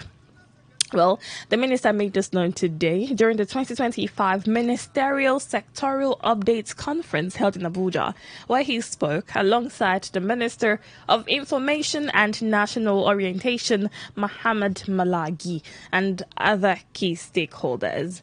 Yeah, so he said a lot of things, but then again, the point or the highlight of the conversation is that Nigeria, with a population of over 240 million people, currently provides adequate electricity access to 150 million people. And then he emphasized that the issue is not merely access, but the reliability of that access. Yeah, so my question for you this evening is, are you a part of the 150 million Nigerians with regular power supply? Do you enjoy regular power supply in your area? One thing is that the minister also blamed past presidents for the rot in the power sector. It was a whole lot he said. You know, he said that Nigeria has had presidents in the past who did not do what they had to do for the energy sector to make sure that the country or the citizens enjoy constant electricity supply. So he blamed past presidents, and then you would wonder what the current president, what the current administration is doing to make sure that there's power. Well, maybe the things that he mentioned are being put in place. Well, we're here for it all. Many Nigerians so far on social media, because this video is actually making the rounds on social media, and they are saying, no, the power supply is still very poor in Nigeria. There are areas that have not had power in the last 2 weeks, and this is me even making it light. Some places for months there's been no power. So this place is I'm trying to check where the 150 million Nigerians is coming from. So you let me know, call in and tell me, do you enjoy regular power supply in your area? Are you a part of the 150 million Nigerians with regular power supply? Phone lines are open. Let's find out whether the stats are correct. 0817 0000951. 0817 0000951. 0810 9510951. 0810 9510951.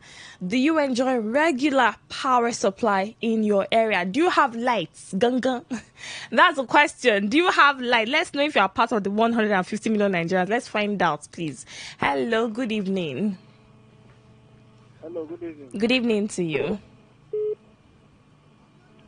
Oh, sorry, you'll try calling again. Meanwhile, you can send in messages. Send them to 0701 9339 962.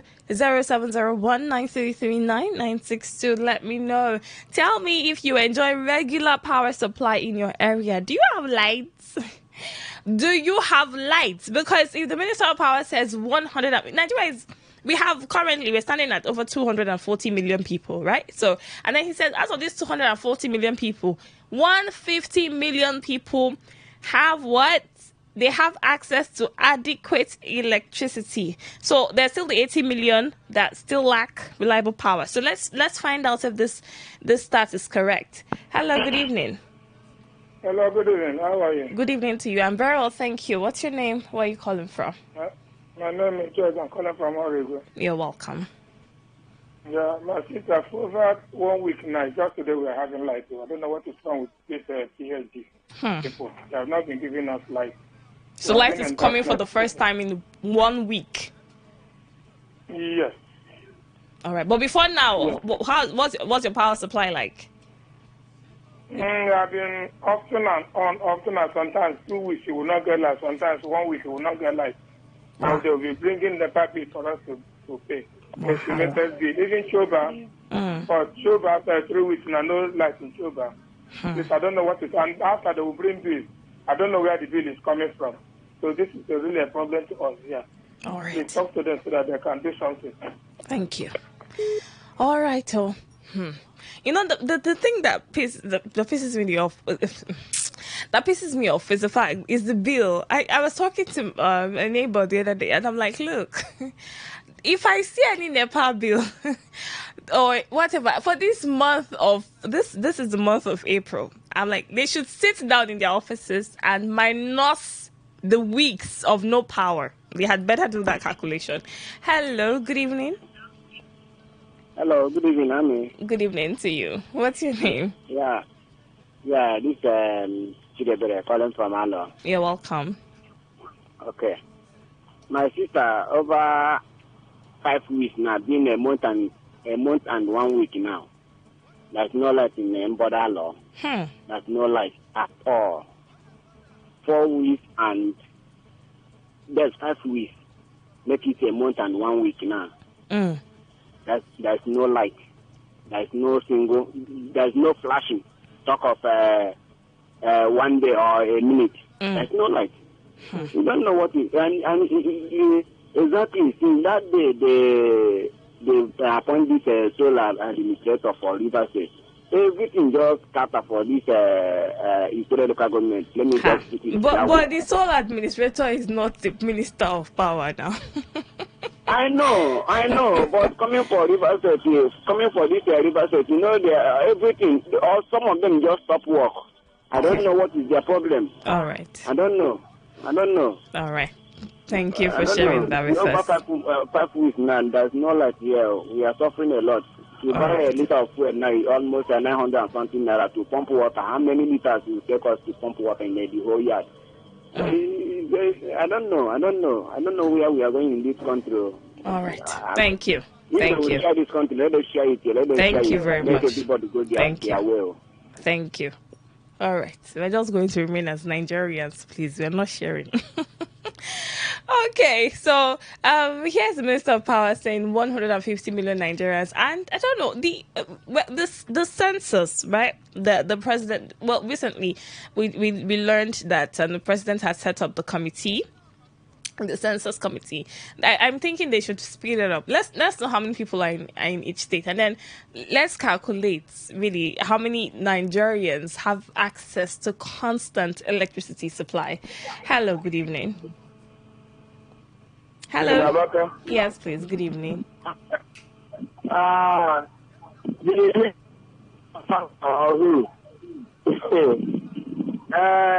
just give you the update. A light in my own area. You can't use it to cook beans. Once you see the light, you say you select the beans. You will just say, they don't take them. I don't even have NEPA indicator in my room. There are primary school students. They are the ones that always up NEPA. Oh, they don't take them. Up NEPA. Oh, they don't take them. See, you have heard it from the hospital man. Now, how many calls? Just count the Facebook. Know whether what the Minister of Power is telling you, if it is true or not. See, they should forget all these policies they are playing. By now, we are still talking about ordinary NEPA. Since 1960, Nigeria getting independent. We are still talking about NEPA. Water. Ordinary water. People who come from far away from here to go and look for water. Since 1960, Nigeria is still talking about NEPA. short. This man should resign. He should resign. 1960 now. They're talking about ordinary. You mean the Some Minister people don't of have Power? Electric pole. Some people have never seen electric pole in their village. They are talking about. Improve where. All right. Thank you. Thank you, Honorable Chris. Okay, some messages are in. Keep it coming. Let's know if you have power supply. Do you have constant power? Are you part of the 150 million people who have access to constant power supply in Nigeria? This by the Minister of Power. He says this is what is happening now. So let's find out. Do we, if we have in River State here, if we have people who are part of the, 150 million Nigerians who enjoy constant power supply. Hello, good evening. Hello, good evening, the one and only Sister Amaka. A blessed evening to you and a bad one to all the lie men who say they are one officials of government or the other. And a happy Easter in advance, my sister. Thank you, Mr. Sam. Welcome. Yeah, my sister Amaka, you see, sincerely, when we come to tell you people the truth, you people will say we should put allegedly. And these men, they will come on media and they will be bombarding all manner of lies without blinking their eyelashes or whatsoever. And you people will not even say anything. And you will bring it to us direct. You will not put allegedly. Now, listening to what this man is saying, does it not... We should put allegedly in what, please? Let me understand. We should put allegedly this where? One now, he said 100 and waiting 19. Yes, that's what he said. You heard the man. I played the clip for you. He said 150 million Nigerians have access to power. So... Then that kind of a lie, can we not just put allegedly? Why are you putting allegedly? We are doing it. We're doing a confirmation. The man said what he said, right? We don't know where he got his stats from. He's saying it against us, and we, the users of lies, we have not witnessed something. Rather, if people in the town now are calling you that they don't have life for months. There are some rural areas, I tell you, Amaka, since before Nigeria got independent, they have not seen what is called light. Just some, they are managing generator. And this man will come with such a gigantic kind of lie that classify him to be a perpetual liar, and he will not put allegedly. Okay. This kind of talk, to me, it is a very So you are not part of the 150 million Nigerians, Mr. Sam. You don't have constant power. Even the light with the two here, they say ban 8 here now. So we are not seeing it for up to 5 hours, talk less of 20 hours that they told us. And systematically, dynamically, thank you. Wait and increase electricity in a crooked way. They are all 419. So thank you, Mr. Sam. Thank you so much. Thank you for calling, Mr. Sam. Okay, so the thing is, I noticed that somehow the complaint has also been around the bill. For some people, it's estimated, and then those who use meters, they also complain about the unit. Well, that is owing to the increase in tariff. Okay, let's take some messages. Gabi says, I am not part of the 150 million Nigerians. Onyo Jude says, even Lai Mohammed better pass this one. Let's see. Oko Namdi says it's a scam. Or is it? Messiah says, my access has good supply these days. Let's see if it will last. Though. Okay. Well, somebody says his access has good supply these days. Well, it is what it is. Emmanuel says, believe anything from Nigerian politicians at your own risk. Oh, okay. Hello, good evening. Good evening to you, Wellington. He says 150 million Nigerians has constant supply. Is he talking about them? Yeah, we to supply like this. He's talking about them or Nigeria. He's talking about Nigeria. He said Nigerians now out of 240 million. So 150 has power. Then 80 says many 80. So they are working on the 80. Now, for him, I don't want to embarrass him. What he has to give his analysis in his street, in his own street. How many times does he own jail? Himself. Sometimes when they come on air, they should talk to Nigerians like Nigerians are learned people. It is just to us like that. That's why yesterday I told you that the evidence is telling you that these people are not on ground. It's trying to tell them you need to come to the north and see the level of damage. What you're seeing on social media is an act of terrorism in information. So you have to come on ground to see for yourself the massacre, the wickedness, the hardness of these people called people around Tinubu. That's what the man is trying to tell you. And what you're seeing in social media is fake. Come to the community, come to the city, you see suffering, you see wickedness, you see darkness. That's what the man is saying. That social media is terrorism to real information. That's what the man is saying. So now for this man, the truth of the matter is, he's not on ground. Tinubu should fire him. Thank you and God bless you. All right, thank you. Okay, if you say so. All right, beautiful people, I'm going to read one more message here. Time is fast spent, so I'll do one more message. This one here says, Amaka of PH. Oh, okay. Maybe I'll do two. Good evening. Nigerian Leaders Alliance, and as soon as they stop lying, Nigeria will move forward. UBU, PH. Is it UBU or UBU? I don't know. PH. Okay. You're welcome. Thank you for texting. Okay, here. This one says, Amaka, my sister, no part of Nigeria has constant light. Ooh, okay. All right, so thank you guys so much for calling. Thank you for texting as well. That's as much as we can take on the show tonight. The thrill continues next week, Monday. By this time tomorrow, you'll be enjoying reggae songs, right? On Reggae Melitas. So keep it locked with us right here on Today 95.1 FM. I'll take you through the world news at 10 p.m. Yeah, right after this commercial. Yes, so make sure to stay tuned to the dial. I'm Amaka.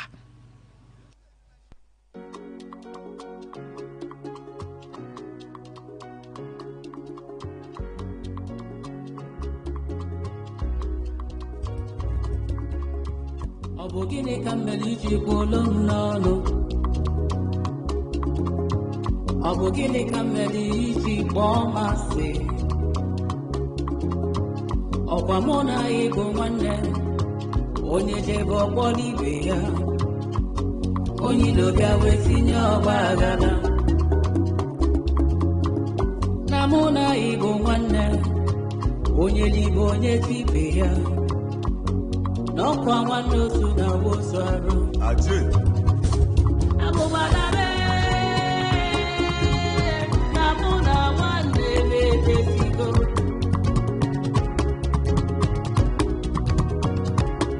Abụbalare na mụ na nwanne na-edezigo. Iwe gị dị obodo jụọ. Ọ dị n'obi gboo. Ọnụlube.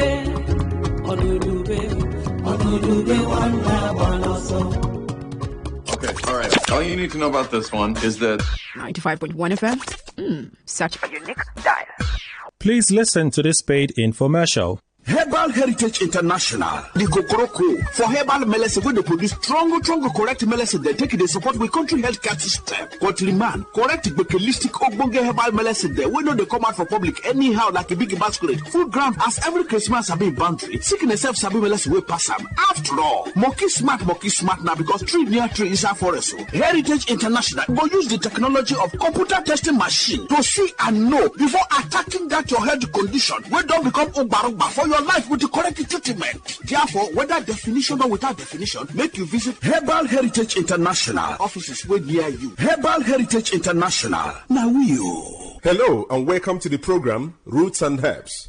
Roots and Herbs is a program that discusses health-related challenges and suggests possible ways out from the herbal medicine perspective. Roots and Herbs is put together and sponsored by Herbal Heritage International, also known as Baba Yoruba. Baba Yoruba is currently having a special promo package. This promo package will give you the opportunity to enjoy 50% discount on all their products and services.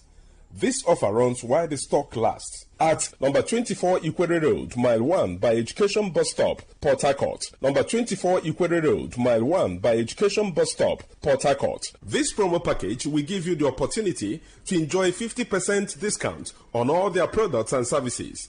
And at the same time, it will give you the privilege of meeting Baba Yoruba himself at the venue. For details and inquiries, The telephone number to call is 080 33 111 946.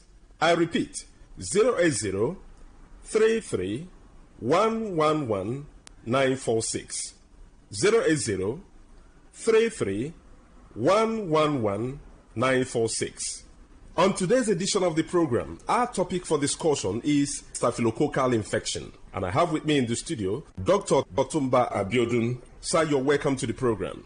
Thank you, Mr. Moderator. Staphylococcal infections do occur in the body system when Staphylococcus bacteria enters into the body system and spread within the body system, destroying body cells. Staphylococcus bacteria are majorly of 3 types that can afflict men. But of these 3, the most pathogenic in nature, that is the one that is capable of causing diseases easily in men, is the Staphylococcus aureus, because it is capable of invading body cells, destroying them, causing different pathological changes in the body. When Staphylococcus bacteria spread in the body system, there are a number of changes that one can experience. This can result to burning sensation within the individual, and this can be seen as fever from time to time, or a situation where there is certain hotness coming from within. There can be skin manifestations in staphylococcal infection that can be given one periodic boils or rashes all over the body. In some people, such rashes can come around the pubic region, or even leading to boils that can lead to blisters or even ulcers on the skin. It is possible for one to experience persistent headache in staphylococcal infection because the body fluid is already contaminated. Staphylococcus, as we know, is a form of bacteria. Any bacteria that is capable of spreading in the body system can lead to reactions in the body that can further damage body tissues. And when this occurs, it is possible for one to experience joint pains in form of infective arthritis. Part of this bacteria can spread deep into the tissues of the heart, affecting the valves of the heart. And when this occurs, you discover that there can be palpitation that some will start witnessing as if they have panic attack. When this is allowed to continue in the body system, it is possible for one to start getting tired easily. There are many people, by walking from one pole to another, they get tired, or by doing just something that is not supposed to be that tasking in terms of energy consumption, they discover that it's as if they don't have enough hair where they are located. All this can be as a result of weakness of the heart, resulting from infection or spread of this bacteria we're talking about. When this bacteria is able to pollute the body fluid, it is possible for one to witness mouth odor. Mouth odor is a form of changes that is called halitosis, where people will start coming up with breath coming from within that is already polluted. There is no amount of time such people wash their mouth, you discover that the breath coming out is very offensive. All this can be as a result of pollution of the body system. It is possible, if any bacteria is able to dwell so long in the body system, to contaminate the whole body fluid and even damage nerves. When nerves are damaged, there can be tiredness. Not only this, it is possible for men to suffer a lot because this can degenerate to a situation where a man is unable to stand like a real man. When a man is unable to stand like a real man, it is seen as a serious challenge because the whole family can be affected. Part of the joy of the relationship can be stolen, and this can cause different rancors in the family. A man that is unable to stand as he should can find it difficult to get arousal. The desire for opposite sex can disappear, and once that arousal is not there, that is the ignition point. It means such a man will not be able to stand like a real man. In some people, the arousal can be there, but you discover that because nerves have been damaged, the transmission from the upper center down to the power point of man, that is in between his two thighs, can be weakened. When such occurs, you discover that such a man can even get arousal or is able to stand, but the type of standing that he has is not strong enough to help him to even get into the act. In some people, they make effort to get into the act, but you discover that they are unable to spend more than a minute or more before they are exhausted. Mind you, before a man can be called a real man, such a man must be able to have the arousal as desired and also be able to sustain the energy he has been able to gather for a considerable length of time. That is when such a man can be able to make his partner happy when it comes to man-to-woman interaction. So such men do suffer from this from time to time. It's after knowing the root cause of the challenge that one will be able to know the right step to take for one to be totally free. Whenever you experience anything that we have been able to mention or other things, it's very important for one to visit a competent healthcare giver who will be able to run tests on one and pinpoint where the problem lies and provide solution. For more enlightenment and advice, the number to call is 080-33-111-946. I repeat, 080-33-111-946. Thank you all. All right, you've been listening to the program Roots and Herbs. Roots and Herbs is a program that discusses health-related challenges and suggests possible ways out from the herbal medicine perspective. Roots and Herbs is put together and sponsored by Herbal Heritage International, also known as Baba Yoruba. Baba Yoruba is currently having a special promo package. This promo package will give you the opportunity to enjoy 50% discount on all their products and services. This offer runs while the stock lasts. At number 24 Equator Road, Mile 1 by Education Bus Stop, Port Harcourt. Number 24 Equator Road, Mile 1 by Education Bus Stop, Port Harcourt. This promo package will give you the opportunity to enjoy 50% discount on all their products and services. And at the same time, it will give you the privilege of meeting Baba Yoruba himself at the venue. For details and inquiries, the telephone number to call is 080-33-111-946. I repeat, 080-33-111-946. 080-33-111-946. I repeat, 080-33-111-946. Let's take our sponsor's message. Don't go away. We shall be right back.